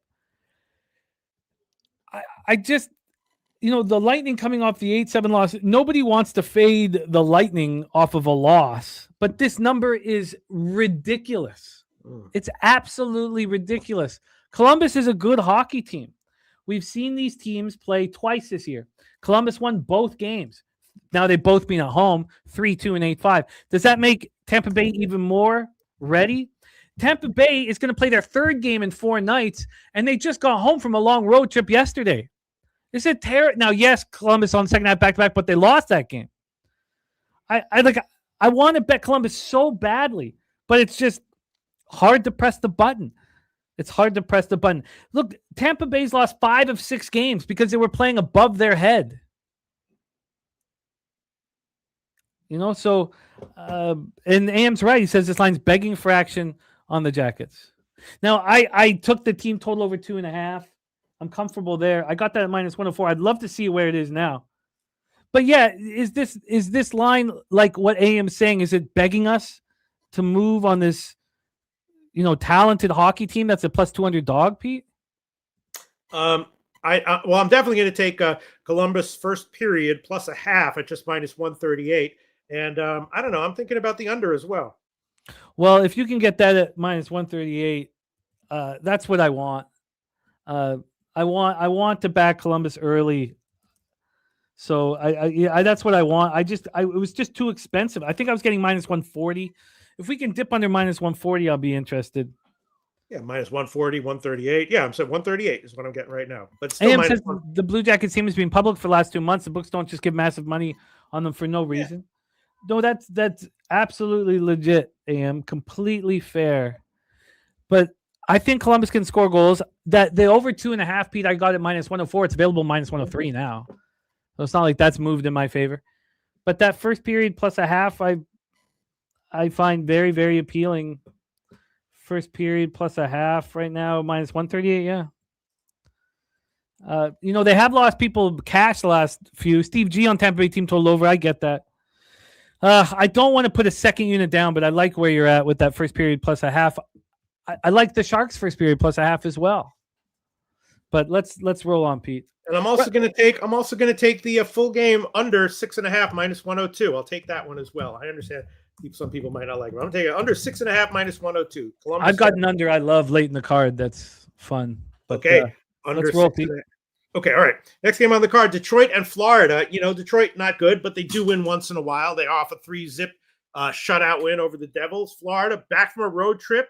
They had been terrible, but they won their last game of their trip at Detroit. So this is Detroit is not playing Florida for the second game in a row, but Florida is. And, of course, Detroit lost in their last game to Florida. Do they care? Are they good enough to care? I think they probably do care. I think they're probably good enough to care because Florida not that good, especially if Bobrovsky is in, who I think they're sticking with, but he pretty much sucks. So I'd be leaning Detroit first period, Detroit team total over, something like that. Maybe even a shot with Detroit -1, something like that. Wow, Reinhardt's out now. That's new. That was not here this morning. We know Marchand's going to be handling surgery. Wow, Reinhardt being out is big. I did not expect that. I've got Talbot listed because, there's been an injury to Gibson. He's not on the injury report now. Does anyone know, is Gibson then starting? Larkin's out. Prawn's been out for a minute. So I thought here so it was a very tricky situation, right? The Panthers were playing horrible. They'd lost every game on their road trip. They went into Detroit. A lot of my friends were on Detroit, and I was afraid to not to be on Florida, but I often believe these teams will show character and heart because I love the sport so much. Gibson confirmed. Thank you, AM. And that's what Florida did. They showed heart. So in my head, I was like, wow, this is tricky because then Detroit gets there. So Dylan Larkin got hurt in that game. Then they had the Red Wings played their first game without their star captain, and they stepped up. We see teams do that. And I was just hammering myself for not being on them. So then the Wings have a game in between the Panthers-Red Wings game, and the Panthers don't. So it was a big win for the Panthers, but their playoff aspirations are gone. So this is game 2 of a 4-game road trip, and this is the first of a mini 2-game homestand for the Panthers.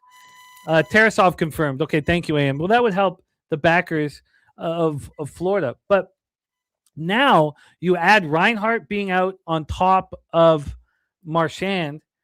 And so of course Tkachuk got the hat trick in that first game they played each other. But the Panthers know their season's over right now. And Kopp moving on to that first line. The Red Wings are trying to prove to each other that they can win without their captain. Bounce back from that Florida loss. If Reinhardt was available, I think I would leave this game alone. But with Reinhardt not available, this line moving heavily. Now, the big move was Reinhardt being announced out. That's a 10-cent move, plus 106 to minus 104. Yeah, I'm going to take the team that is trying here. I was not going to add Detroit, but now seeing Reinhardt out as well.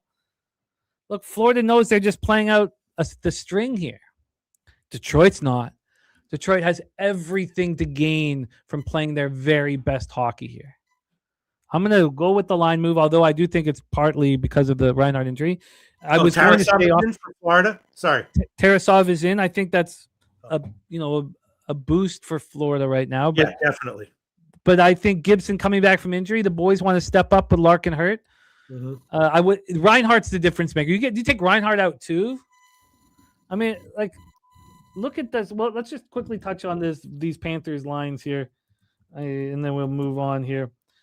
Panthers line combinations.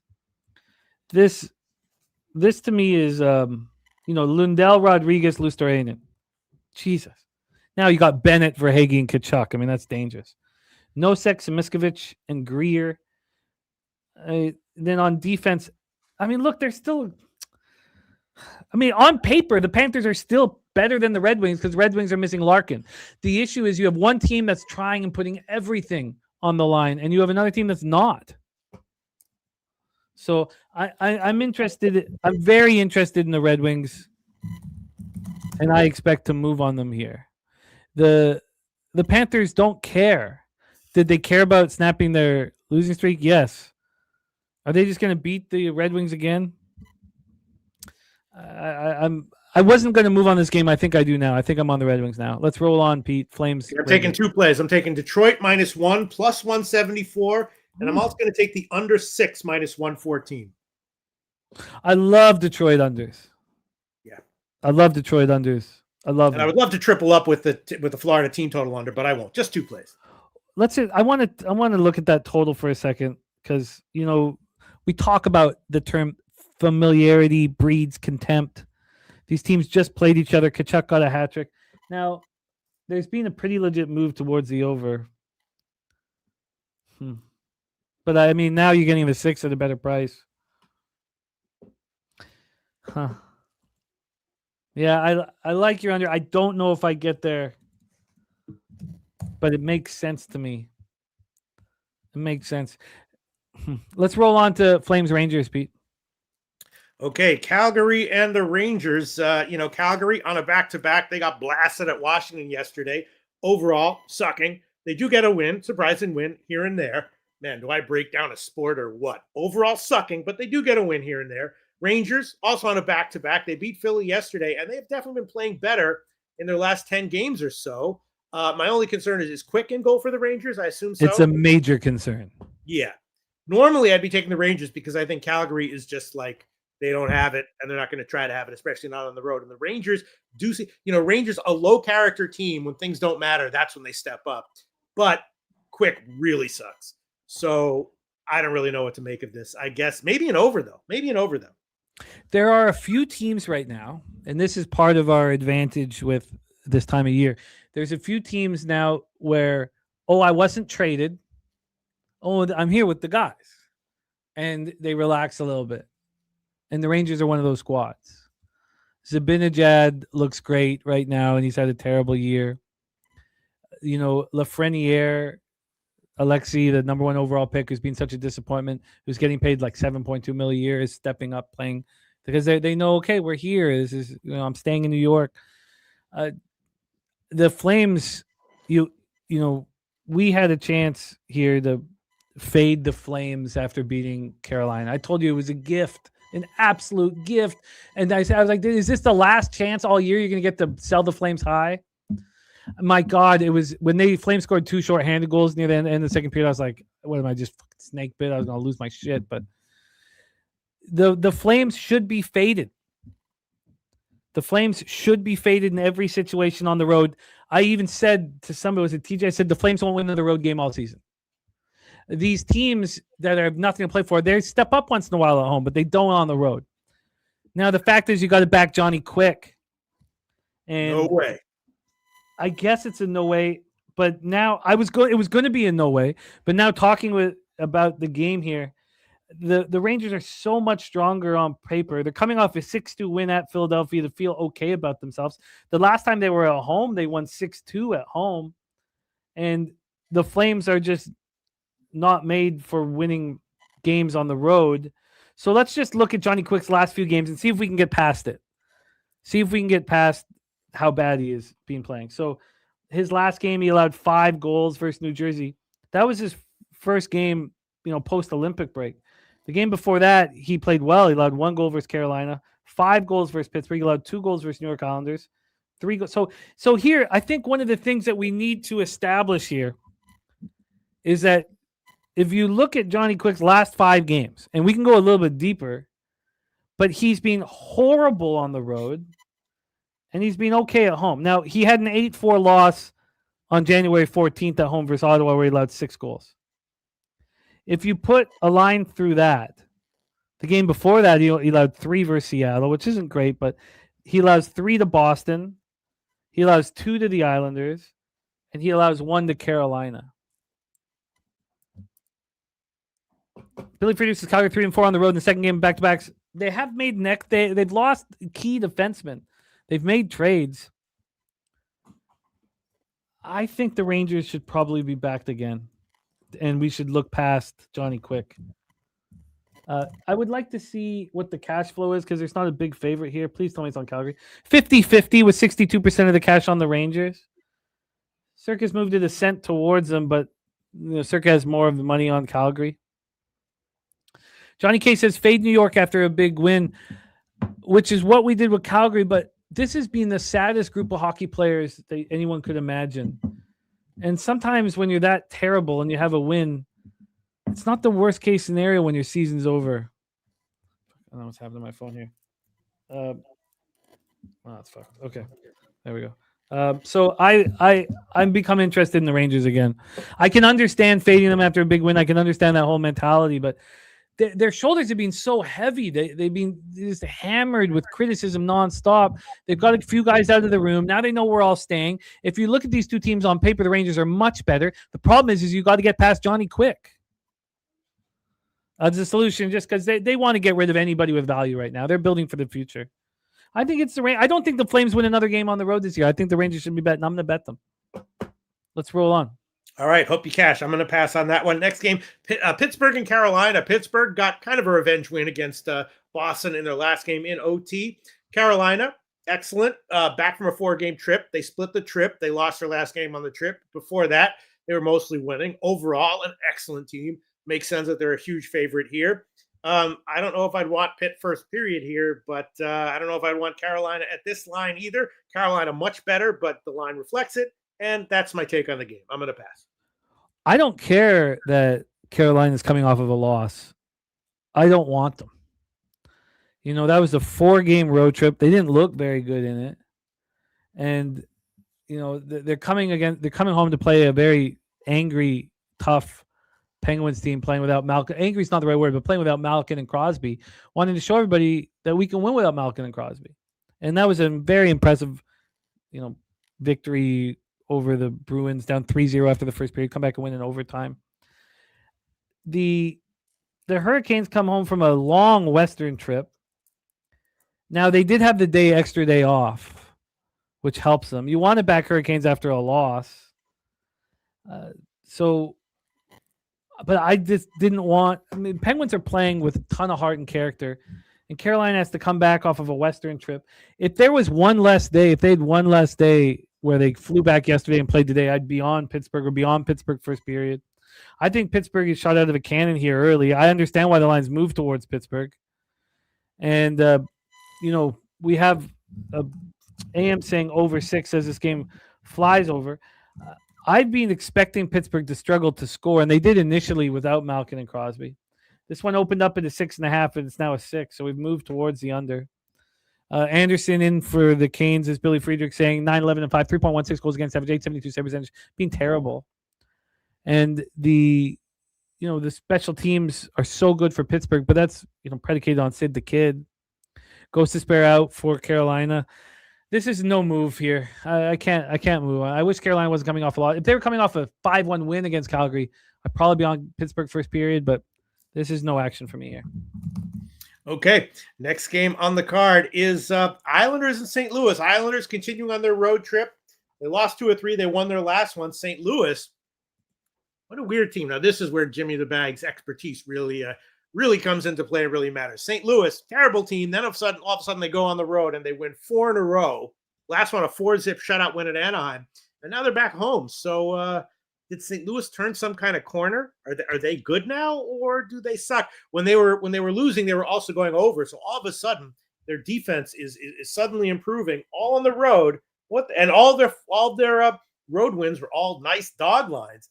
What the hell happened here with St. Louis? Is it going to continue at home, or did they just have a nice road trip and they still basically suck? It's the exact same thing that's happening with Zibanejad and Lafreniere. Thomas is not being moved.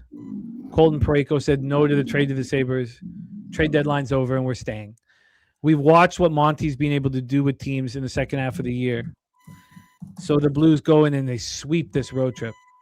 And it's beyond my comprehension. I just couldn't fathom that they would be able to do that. And so my first instinct was, you can't fade St. Louis here. But then I was like, you know what? Come on. They're coming back home. They just swept the 4-game Western road trip. They allow 5 goals through 4 games. The Islanders here have the worst power play in the National Hockey League. Well, St. Louis has the 3rd worst penalty kill. The Islanders have a big advantage. St. Louis's power play is weak, and the Islanders are strong penalty kill. The Islanders have been terrible on this road trip. Patrick Waugh is going to be like so intense here for the Islanders to deliver. It opened with a 5-1 loss to Anaheim on Wednesday, a 5-3 loss to LA on Thursday. Then they win in overtime at San Jose on Saturday. So they flew to St. Louis on Sunday. They have Monday off, and they have to smash here on Tuesday. And they have to smash. And am I supposed to just sit back and believe, oh, the Blues are just going to go on this run now? Well, yes, that was a spectacular 4-game trip. Well, now they come home, and they have to deal with all that, whatever they have to deal with coming home. And I'm not going to sit here and believe that the Blues have completely turned it around just because some of their players, like their star player, Thomas, is happy he's not being traded. Because nobody wanted Kyrou. Look, I moved on the New York Islanders. This is a must-win for the Islanders. I've faded every single – I think this is only, by the way, the 3rd time in franchise history the Blues have swept a Western trip. That's 4 or more games. 3rd time in the history of their franchise. Any other team in the National Hockey League that sweeps a road trip comes home. I fade them every single time. So I was not going to do that because I'm biased. I have a recency bias from what I've seen. And St. Louis is taking money out of my pocket the last few games. Fuck that. No, I don't believe it. I don't buy it. The Islanders have to win here. They're going to go in here, and they're going to win. I believe they're going to win. So let's just see. I would really like it if the line would go in my favor. I wonder if that's the case here. I'm nervous to see it. It's a 5.5 at the pick 'em. That's what it opened at. So it's implying, like what Peter was saying, that the Blues are going to play tight defensive hockey. Hofer's playing better. It's a minus 116 right now, which is not good. I got a worse line. This opened up minus 115, moved to minus 130. But I'm going to trust that number. And I would imagine here that St. Louis is being backed. Yeah, not really. 61% of the tickets on the Islanders and 45% of the cash. But I'm not. Let me just leave it at this. There's not a team in the National Hockey League that I wouldn't fade after sweeping a road trip. So I have to fade them here. Is St. Louis's defensive excellence on that trip likely to continue here? Well, Hofer is playing very well. Yeah. And Monty gets a lot. And Monty's a great coach. Monty gets the best of him. So, AM says can't fade the Blues. Team's playing incredible in the spoiler world with no expectations. Hockey, it changes a little bit when you're at home and you just swept a road trip. Changes a little bit, but I hear what you're saying. So, I mean, I'm just saying, like, at the end of January, you look at their home games, those were all like 8, 9, 7, 9 goals. You know what I mean? Is that a thing of the past, or are they going to revert back to that? Well, as you said, like, they allowed 5 goals through 4 games, and Hofer is showing that he should be the number 1 moving forward. Yeah. So, all right. I'm going to take Islanders first period, and I'm going to take the full game under, and I'm going to buy the 6. Oh, sorry. Can you say it again? I'm going to take Islanders first period money line, which would be, I guess, like minus 114. And I'm going to take full game under, and I'm going to buy the 6, which at Penny you can get minus 137. I love it. Let's roll on. I'm on the Islanders money line. I got minus 121, so I could have picked a better time to do it. But I'm really excited about the end of this card, Pete. So let's roll. Okay, let's go. Vegas, Dallas, another great round. Look at this. Now, Vegas lost 5 of their last 6. Their only win was an OT. Not good. Dallas won 10 in a row, but then they lost at home to Colorado. Okay, which is forgivable. Then they got another win, but it was an OT as a minus 300 fave.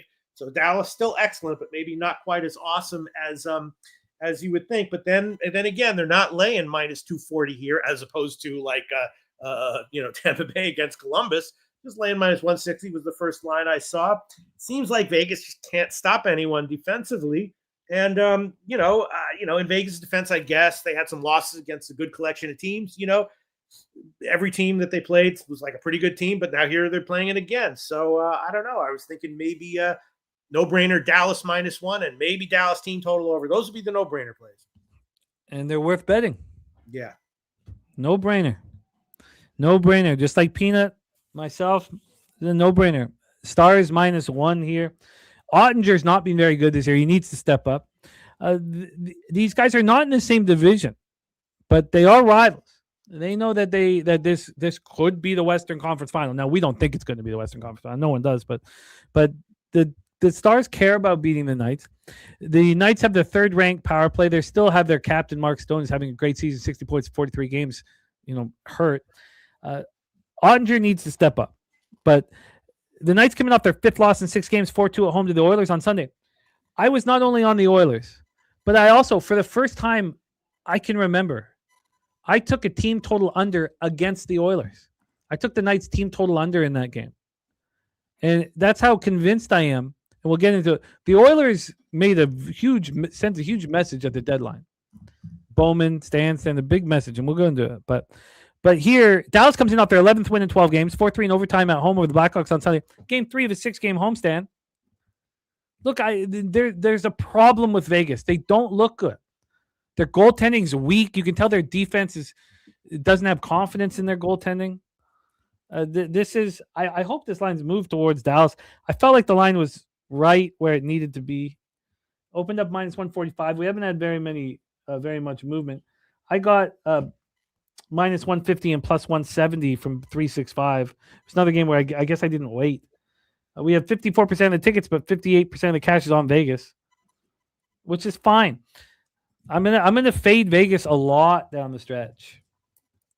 There's gonna be times I don't want to back them too, but generally I think that will be at home. Vegas 15, 11, and 7 on the road, so 15 wins in regulation out of 33 games. Why not back the Stars? I mean, if you're gonna get the Stars at a -1 line at plus money, they should be bet against every team in the National Hockey League except Buffalo and Colorado. So I'm betting them. All right, I'll take it. I'll take the penny line. Dallas -1 +114. I'll take that one. Beautiful. I love the next spot as well. I've moved on all of these last games except for the final one. Utah, Minnesota. Utah's on a back-to-back. They lost at Chicago yesterday in OT. They won the first 3 of their trip, though, playing pretty close games, and this is the last game of their trip. Minnesota, returning from Colorado, they lost in OT. So both, Minnesota was a decent-sized favorite here. Not huge, but decent-sized. Both these teams, pretty good, very good. In general, I don't want to fade either of them. Kind of looking to bet on both of them. And I was thinking, I don't know about the total, but I was thinking, why not? Utah first period. So Utah, it's the final game of a 5-game road trip. Right. I love fading teams in that situation, especially if the road trip's being good. It's their 3rd game in 4 nights. Now, I'm not fading the Islanders on the final game of their road trip because they've had a bad road trip, and Patrick Waugh's angry. Not Utah. They got the job done. This is their 3rd game in 4 nights with constant travel. They lost yesterday, though. Yes, they did lose. They lost in overtime at the Blackhawks. I think this is a wild smash. I want to fade the Mammoth on the road. I think they're easy to play against. They're a soft group. And I would imagine that the longer the road trip, the worse the Mammoth are going to get. Look, the Mammoth are a team that you need to back at home. This line's moving slightly towards the Mammoth.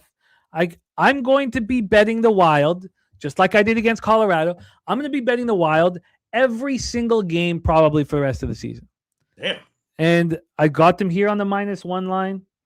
I was very comfortable with the +105. You get a better line now. Gustafsson, I think, is going to be excellent down the stretch. Minnesota has the 4th-ranked power play in the National Hockey League. It's really right with Edmonton as the best power play now that Hughes is back. The Utah power play should get better now that Cooley's back and Gunther's healthy. I'm just going to be betting the Wild in every single possible situation imaginable through the end of the year. So I'm betting them again here. Minnesota Wild -1. I think the Mammoth look good to begin this trip. I do not believe in them on the road. Mammoth are a playoff hockey team. I've been lower on them than I should be. But every chance you get to back the Wild, you should. And I'm going to do it here. All right, who's in goal for Minnesota? Gustafsson. Is he good? Well, he's capable of being good. 2.53 goals against average, 911 save percentage is good, or at least above average. And he's being pushed by Volstead. I think they have good goaltending in Minnesota. Both Swedes. All right, we're gonna take Utah first period goal. Utah first period team total over half goal -140. I love it. Let's roll on, my man. Okay, next game on the card is Anaheim, Winnipeg.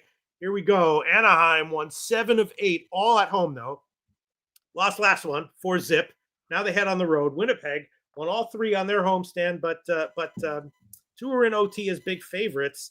And now, is Anaheim going to bounce back here off of their loss first game on the road trip, or are they going to come out here and be complacent and be like, we just had an awesome homestand, now we're on the road, we're just going to skate around? I don't know. Maybe under? Maybe lean under? It's a nice lean. Winnipeg. I want to start going back to these Winnipeg unders. The issue with Winnipeg was they were dealing with a ton of injuries, especially on their defense. They still have Colin Miller and Pionk hurt, and they're going to be out till the end of the month. But Morrissey's going to play 30 minutes a game. The offensive group is a very strong group. They should be better than they've been. And now they get the breath of fresh air because they're not being traded. They're going to stick here and they're going to move forward. I don't like fading the Ducks off of a loss. But just like the Sharks, that's a 7-game post-Olympic homestand. This is their first road game since January 29th. And the Jets have opened the 8-game homestand with 3 straight wins. Look, that was an underwhelming 3-2 victory over the Canucks in overtime on Saturday night. I was really nervous about the spot for Winnipeg. I didn't fade Winnipeg in that spot. They just traded Stanley and Shen, but they've got some comfort now. They've had a couple of days of practice. The offensive group is very strong. Morris is going to play 30 minutes a game. I'm on Winnipeg here, and I want to plant a seed. Winnipeg, if they win here, can sweep this homestand. 8 games. Winnipeg can get hot, even though there was an exodus at the trade deadline. Now, the Ducks could beat them here and bounce back after their loss. But remember, the Ducks are a team you back at home. They're not a team you back on the road. 13 wins in 30 road games. Dostal not playing very well. Would it surprise anybody if Hellebuck is absolutely spectacular over the next 5 games? If he starts standing on his head now that there's no pressure, won the gold for America, and he's had a bad season, he starts playing spectacularly well. None of that would surprise me. The Jets being a favorite here was telling. We're waiting. John Carlson's not coming back anytime soon. I guess it is a real lower body injury. We thought he was just maybe upset about the trade. Troy Terry out as well. And I was comfortable with Winnipeg. Look at it, it's minus 140 right now. Oh, my God. It's moved 19 cents towards the Winnipeg Jets with the Ducks coming off a loss. I'm starting to think that the Jets are the best bet on the board. So it's the Jets. And if they win tonight, we back them again and again and again. Wu-Tang again. 8-game homestand. They've won the first 3. If they win this one, they keep winning. I'm on the Jets. Okay, I'm going to take a shot with the under 6.5 minus 124. You think that's a bad idea? Who's in goal for Anaheim? No, I don't think that's bad at all. It's Dostal in net, I expect, who hasn't been very good. Yeah, Steve G saying Dostal. No, I think that makes a lot of sense. Right. I'm surprised you're getting a 6.5. What's going on with the movement? Minus 124. Well, the first line I saw was minus 120, so, not much, tiny move to the under.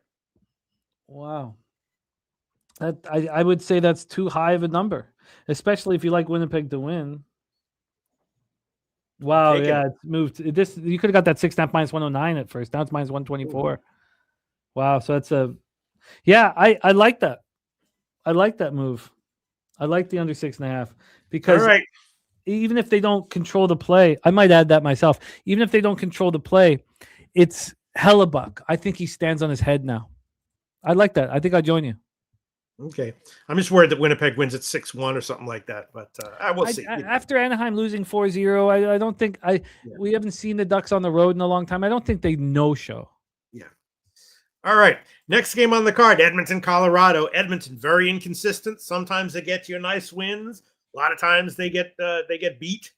They're off a win over Vegas, and Colorado now won 7 of 8 or something like that. They're definitely overvalued at home, though, right?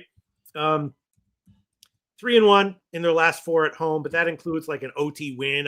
With Colorado, you do get your wins, but you have a lot of like OT wins as a -300 favorite and stuff like that.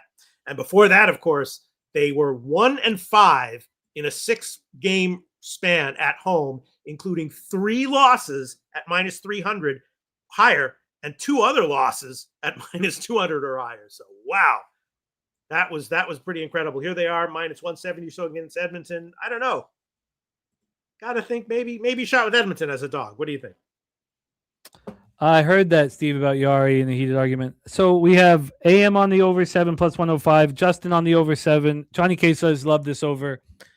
I love this under. I love this under so much.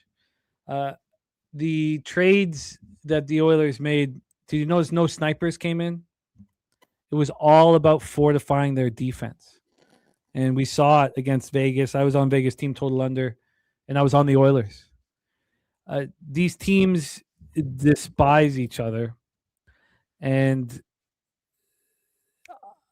I'm on the Oilers money line, and I love the under. Now, this under had not moved, and I get why anybody would be on the over. These are elite teams. If the score is 0-0 after the first period, I'll wait till that 4.5 gets to -135, and I'll bet the over 4.5. But Edmonton made a choice. Stan Bowman, and they made a choice that they were going to go after defense at the deadline. So this under 7 opened up at -123. And here, according to Bet Online, it never got down to -120. I got the -113, and before the show started, I could have got a -112.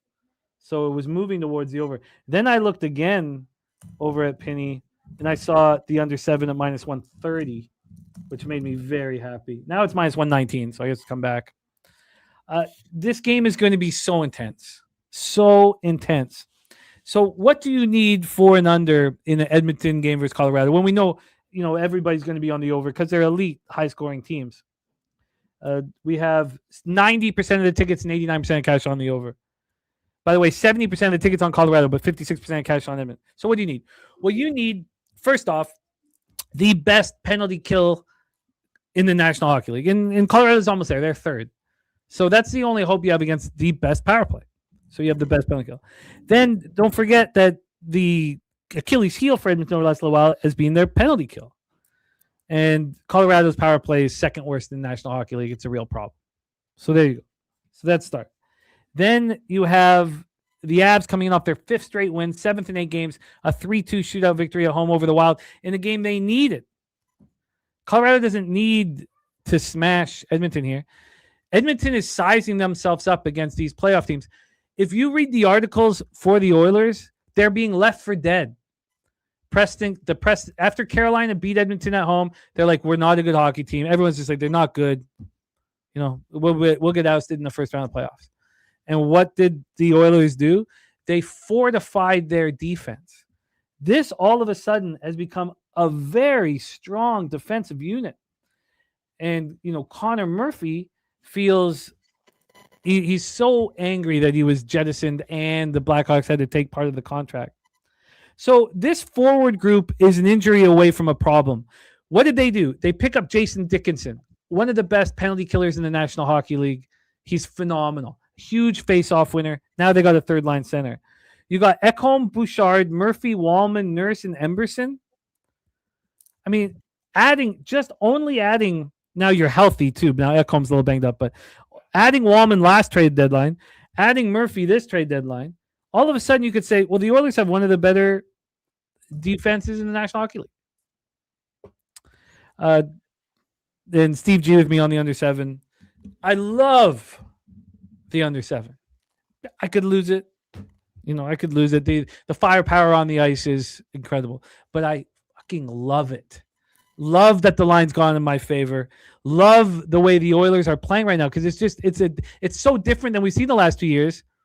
And that's what they decided to do. They said, look, with McDavid and Draisaitl and Hyman and Nuge, if they're all staying healthy, we have enough offense. We have to build defense. We need a third-line centerman who can win faceoffs, and he's the best penalty killer in the National Hockey League. Dickinson was the best penalty killer available, other than Vincent Trocheck. Let's say Trocheck's the best. Dickinson's second. I like it. AM says seems like an overreaction to one game. Yeah, I get it. You could call it an overreaction to the defensive group. I don't care. Of course I was on. Look, I believed in it. I bet the Vegas team total under, and I bet the Oilers on the road because I believed in it. I believe in it again, and I love it. And I understand why 9 of every 10 tickets and 9 out of every $10 is on the other side of me. I get it, and you guys have a very good chance of cashing with all the firepower on the ice. But I fucking love it. Love definitely the way they've been talking. In terms of what talking about what they're trying to do, it's the trade deadline surprised me. It really surprised me, and after I sat with it for a little while, I was like, look, I like it. Now I'm not about to go buy futures on the Oilers right now or anything like that. Their goaltending is a huge problem, but Connor Ingram has said, look, I'm the guy. You need the 7, Billy. Need the 7. Need the 7. Need the push and play. The 3-3 going into overtime is such a possibility that you need the 7. Must have the 7. So, yeah, I'm on the Oilers. I'm on the under 7. Okay. Sounds good. I'm thinking of doing first period under 2 minus 130. Yeah. I mean, I can't believe that's available. All right, I'll take a shot with that. It makes me nervous, but I will. I'll if that's available, I will add that. I'll take a look. I didn't realize I could get that. No, I'll take a shot with under 2 minus 130. Edmonton, Colorado, first period under 2 minus 130. We'll see. Okay, Steve G. Just very quickly, I know we got to go, but the argument about Yari is how bad he's looked in practice. They were like, "Look, can you make a few saves? Like he's just letting in nonstop goals." It was a very interesting spot here. But yeah, this is probably now from a fun. Now I know this is a business, but I can't wait for this hockey game. I'm so excited about it, and to see if I'm right. And we'll see. Let's roll on, Pete. Final spot on the board. Okay. Now, I mean, I was thinking that way. That's my note here, but it's a scary thing. All right, last game on the card is Nashville, Seattle. This is an interesting one. Nashville, of course, just not good overall. 2-6 last 8. And 1-6 in their last 7 on the road. Although, 5 of those losses were by 1. The other one was by 2. So they're losing but playing close. Seattle, they've now lost 2 in a row at home. The last one was a bad 7-4 loss. A lot of roster issues for Seattle. A lot of guys who are nicked up. And again, if you read what they're saying, what the players are saying, Nashville is going to try to play well. From here on out, and they've been losing, but they haven't been getting blown out. They've been close games. Seattle banged up, low line. If I didn't know about Seattle's injuries, I would have said, why is this line so low? But knowing the deal with them, it makes sense. And I was thinking, I don't know, maybe unders. I don't know if I can pull the trigger on Nashville, but maybe an under 6. I had not looked. I didn't think I was going to move on this game. So I moved on, a bunch of spots last night, around 12:31 a.m. And I'd done my initial cap. I was going to have to add a couple things like the power play percentages and a couple things, but I wasn't going to move on this game. I fear fading the Predators, and so I wasn't going to move on the game. And then I sat with it, and I was like, man, second straight home loss for Seattle. They're coming off of 16-11-5 at home. They're not great at home, but they've gotten hot before. And then this is my wheelhouse, game 5 of a 6-game homestand. And I was like, I'm going to bet Seattle. I made up my mind. I'm going to bet Seattle here. Predators coming off their 4th loss in 5 games. They played fine, 3-2 at Buffalo on Saturday night. Game 2 of a 5-game trip. I'm going to bet. And then I saw the move to Nashville, and I can't explain it. Nashville's 11-14-5 on the road. I think it's because there's injuries and some flu and all sorts of crap, right? I don't know. Yeah. I mean, the injury report I have here is fine. Yeah. McMahon's not playing yet. He's going to come in. The only person out, Schwartz. I have nothing else here. Nothing. I mean, I don't see. I'll refresh it and see if something's been added since, but I have no so I couldn't explain how a team that's won 11 of 30 road games in regulation could be a pick'em here. The line, I was like, oh my God, this is 119. I bet it at minus 119, and then it closes at minus 135, 138. Just like the Jets game, I cash. Here, it moved towards Nashville. How could this possibly be a pick'em? I've got to stay off of it. I hate it, but it said just to be devil's advocate from AM says, why are you convinced that the Oilers are now this defensive powerhouse now? I'm they have to prove that they are, and of course McDavid and Draisaitl are going to be. Edmonton's going to have to deal with a lot of odd man rushes. Edmonton has terrible goaltending. So, am I ahead of the curve on this? Maybe they lose 7-1 and I'm totally wrong, I am. But am I ahead of the curve? Am I betting it before everybody sees it? I hope so. And I know you're like, I never take any kind of issue here. Schwartz out with the face injury. McMahon out from the trade. And he's got Goodrow and Lindgren listed. I don't have any of that listed here on CBS, but we don't need to harp on it anymore. This line, I can't. You guys are explaining it, which is legit, but I can't. It doesn't make sense to me, so I have to not bet Seattle. And why do you think the total's getting bet up? I don't quite get that.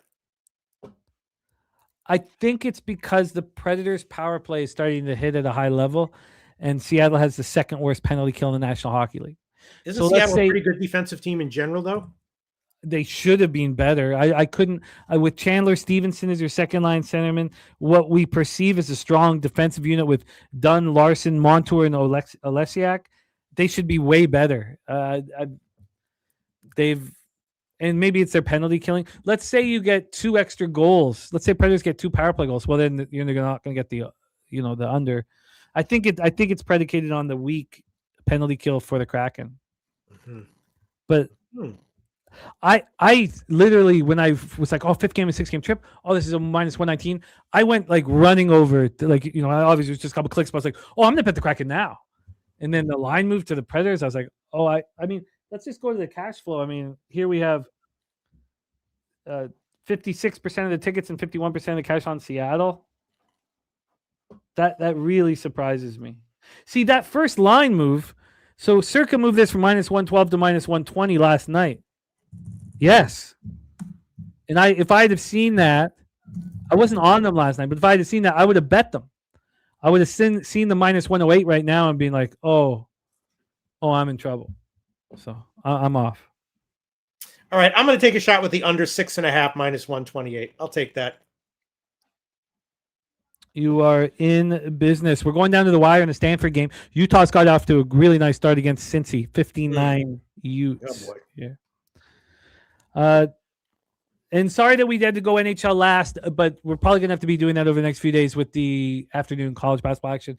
Pete, this is the longest show that I've put you through. I apologize, man. Thank you for your positivity throughout all of this. As I said, Pete, 51 and 28 and 3 shows sitting beside you. Oof. Yeah. I wish. Damn. I gotta start listening to you. Listening to me. Hell yeah. Yeah. 23.97 units in 3 shows. Very nice. Well, let's just stay in our shoes and do it again. Oh yeah. So that's the National Hockey League here. So let's just do a quick review of action. I'll hit it off here. I'm on Boston minus. Oh, wow. Let's go. Any chance to get a birthday pick before you go? Absolutely. Let's go. And happy birthday. Also, we have not only does Pete step his game up in situations just like this, steps his game up.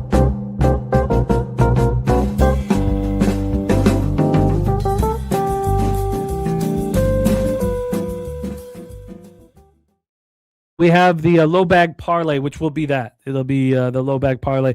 And now we're 1 and 2 now. We're still, plus units, positive ROI because, the parlay. So the one casher was nice. We hit 3 of 4 on our last 2. So we've been seeing the board pretty clearly with these. So let's review NHL and then put a bow on the show. So I'm on Boston -1 at +108, Leafs +151, Blue Jackets team total over 2.5 -104, Islanders -121, Dallas -1 at +108, Wild -1 at +105, Winnipeg -128, Edmonton +154, and the under 7 in Edmonton, Colorado at -113. I think AM that sitting with it longer that it's not that I think Edmonton's become a powerhouse.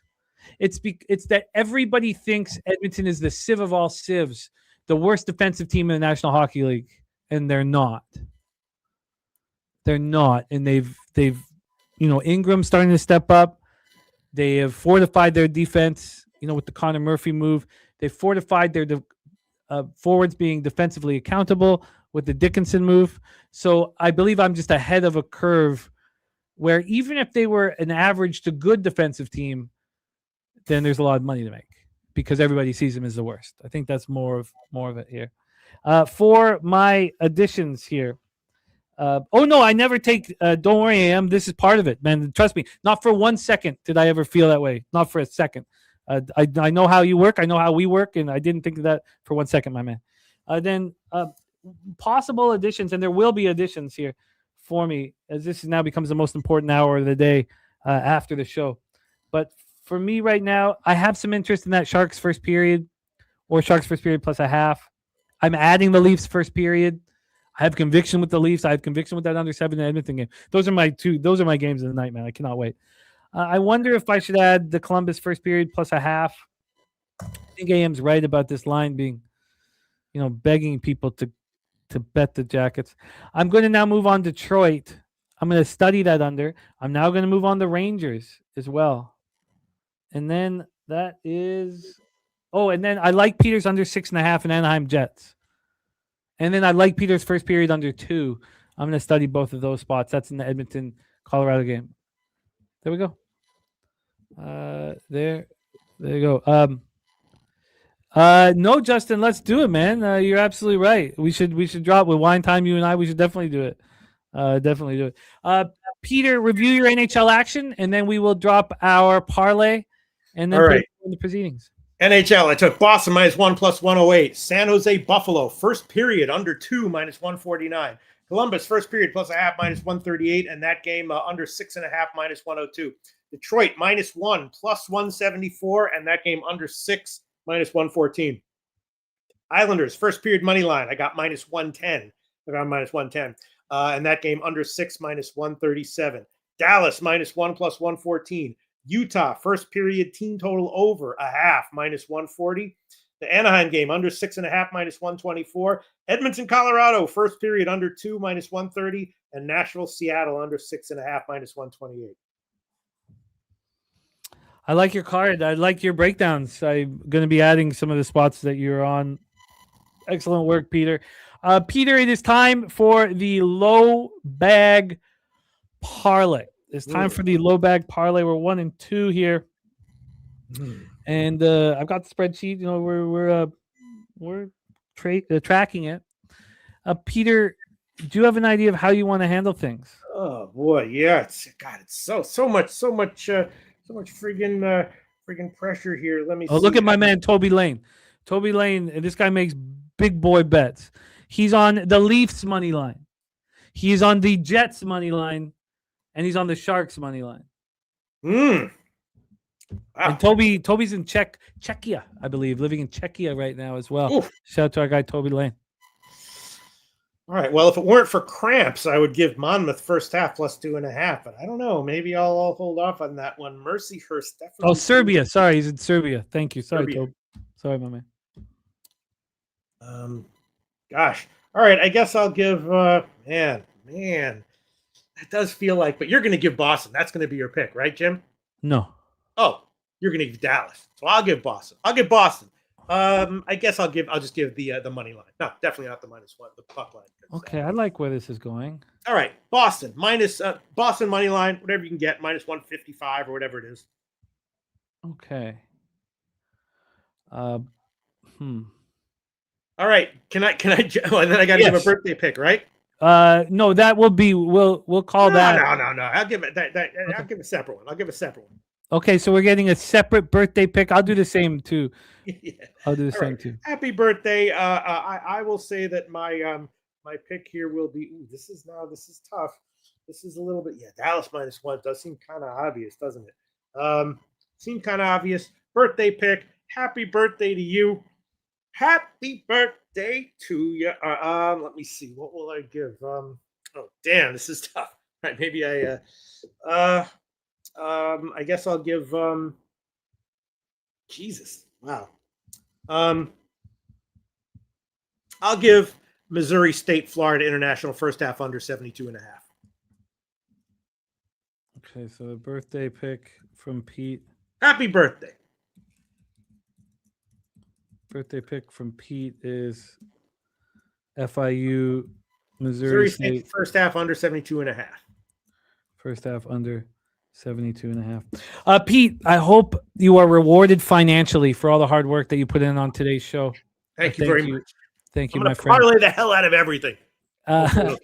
Any last words for the? I'll shut things down. Any last words for the Cappers supporting the show? Yeah, don't parlay the hell out of everything unless you're just buying a lottery ticket. Think of it like a lottery ticket. Last words of the show. I'll see y'all next Tuesday, baby. There he is, our guy Peter Loshak. Well, our low bag parlay will be Bruins Jets. Bruins Jets. Despite the Ducks coming off that 4-0 loss. Bruins Jets. Jets feeling good about themselves for the first time all year. We shouldn't take that for granted. These teams that have had terrible seasons. Like, the only reason why the Leafs are being backed is because they're playing in Montreal. And I told you guys, if the Leafs, Senators, and the Habs this time of year, you always take the dog. And yeah, so the over just here at 365, the Bruins Jets parlay plus 190. Bruins Jets parlay at plus 190. Wow, fun. Thank you guys. So, I mean, these are my 3 shows so far alongside Peter Loshak with you guys here. I'm very interested to see what the 4th show is going to look like. So there you go. Those were the 3 shows so far. You guys know what happened to me in January, and stakes are high. Let's review all action. We have Stacks play day number 1 is Cincinnati minus 11.5. See what we get live on Cincy right now. Might be too early, but Cincinnati live minus 6.5. Pittsburgh Stanford going down to the final buzzer. Prairie View got a 2-point lead on Alcorn State. Cincinnati minus 11.5 stacks number 1. Boston Celtics plus 3.5 stacks number 2. Big Scott is on Stanford, Virginia Tech moneyline parlay. So let's get Stanford home for Big Scott. Peanut says wild moneyline is the best spot on the board in the NHL. Lay it. Yeah, maybe I'll regret not, because I was very close to using Minnesota in that, but I'm gonna stick with Winnipeg. A 9 legacy flank stake. Blazers plus 3.5. Also Pistons minus 14.5. Sabres puck line. Tampa Bay Lightning puck line. Virginia Tech minus 2.5. Oklahoma State money line. Spoon Dog, Morgan Spooner, Virginia Tech minus 2.5, FIU money line. And then he's not hedging his Monmouth and Merrimack futures, so let's get those. Dewan, his gift to us was Portland State minus 2. So in college basketball, the 5 bets I've made, and I'm going to decide, what moves to make on top, and I'll go over them quickly. But I'm on Monmouth plus 4.5, Santa Clara plus 7. Missouri State money line, Merrimack minus 3.5, Idaho money line. I cashed with you guys on Baylor plus 9.5. That doesn't count for records. Just counts in my bankroll. Pig Milk blister pack, Arizona State double result. Pittsburgh over 136.5. Did that get there? It's got to be close. Oh no, we need overtime. Let's get overtime. And then we have Oregon first half, UMBC first half, Missouri State FIU under 153.5, Mercyhurst plus 5.5. Wake Forest, Virginia Tech over 151.5. Northwestern double result plus 140. Merrimack double result plus 105. New Mexico State first half under 65.5. Montana, Portland State first half over 66.5. Wright State first half over 70.5. UTRGV money line. I love that. I'm going to join you. Not money line. balls are much smaller than yours. Idaho double result, plus 145 for our guy Billy Friedrich. So the additions for me in college basketball, I'm interested in UMass Lowell. I have some interest in Corpus Christi. I did double up on Mercyhurst. I was late to the party. It was a mistake. And then I have some interest in NJIT. I don't know if I get there. I've got Spooner in my ear, which is important. I copy and paste like a madman. Grambling State first half I'm interested in. Jacksonville State I have some interest in. And joining the one on Portland State. UTRGV I'm going to be on. Uncomfortably fading McNeese. There we go. In the NBA here, I'm going to study Philly a little more. The Pistons first quarter, first half. That's too big of a first quarter. Just I guess it only can be a first half bet. The Heat, I think something's very fishy around the Tyler Hero situation. I think people know who would be making the big bets on the Wizards know that Hero's not going to be in. Of course, I'm going to be studying that as soon as this show's over. Then I said I would back every single time a team loses by 30 points. I would back them in the next game. And I have a very difficult time doing it with Dallas here. But I should probably stick to that. They just got dummied. Now, it wasn't at home. I wish it was at home. I have some interest in the Rockets, but do I have the conviction to go up against Dutch and the Raptors? I have to decide that. Bucks, I'm betting. Again, the Spurs I like, but do I have the conviction to go up against Justin and Ron Crawford? I'll have to decide that. I like the Warriors. I think Justin might have nailed it with that team total over. And then I'm going to be on the Wolves, and I may be on the under or the Lakers team total under, but I need more to get there. Oh, and Justin did bet Dallas plus 9.5. I'm interested. We just did NHL. We don't need to review that again. Thank you guys so much. There's look, I don't need to tell you how much is on the line. Let's just go deliver. I didn't sleep last night. There was so much action. It's stakes are high. And that's fine, right? That's fine. We like pressure. We always were able to handle pressure in our life. That's what got us into this in the first place. So we like pressure. We like the high it gives us. So let's go out there and get that money. Thank you to our producer, Jose Bouquet, on the ones and twos. Thank you to all of you guys in the chat. Robert McCormick, the Nuke Worker, Justin McKelvey, Saturated, Spooner, Toby Lane, Nasty Nate, Johnny K. Thank you guys. Billy Friedrich, AM. Thank you guys. Let's go. Happy birthday, my man. Much love to you. Steve G, thank you. All of you guys. We've done the work. Now let's go get our money. Let's get these bookers, man. Leche! Hey, los bookmakers. Look at that shit.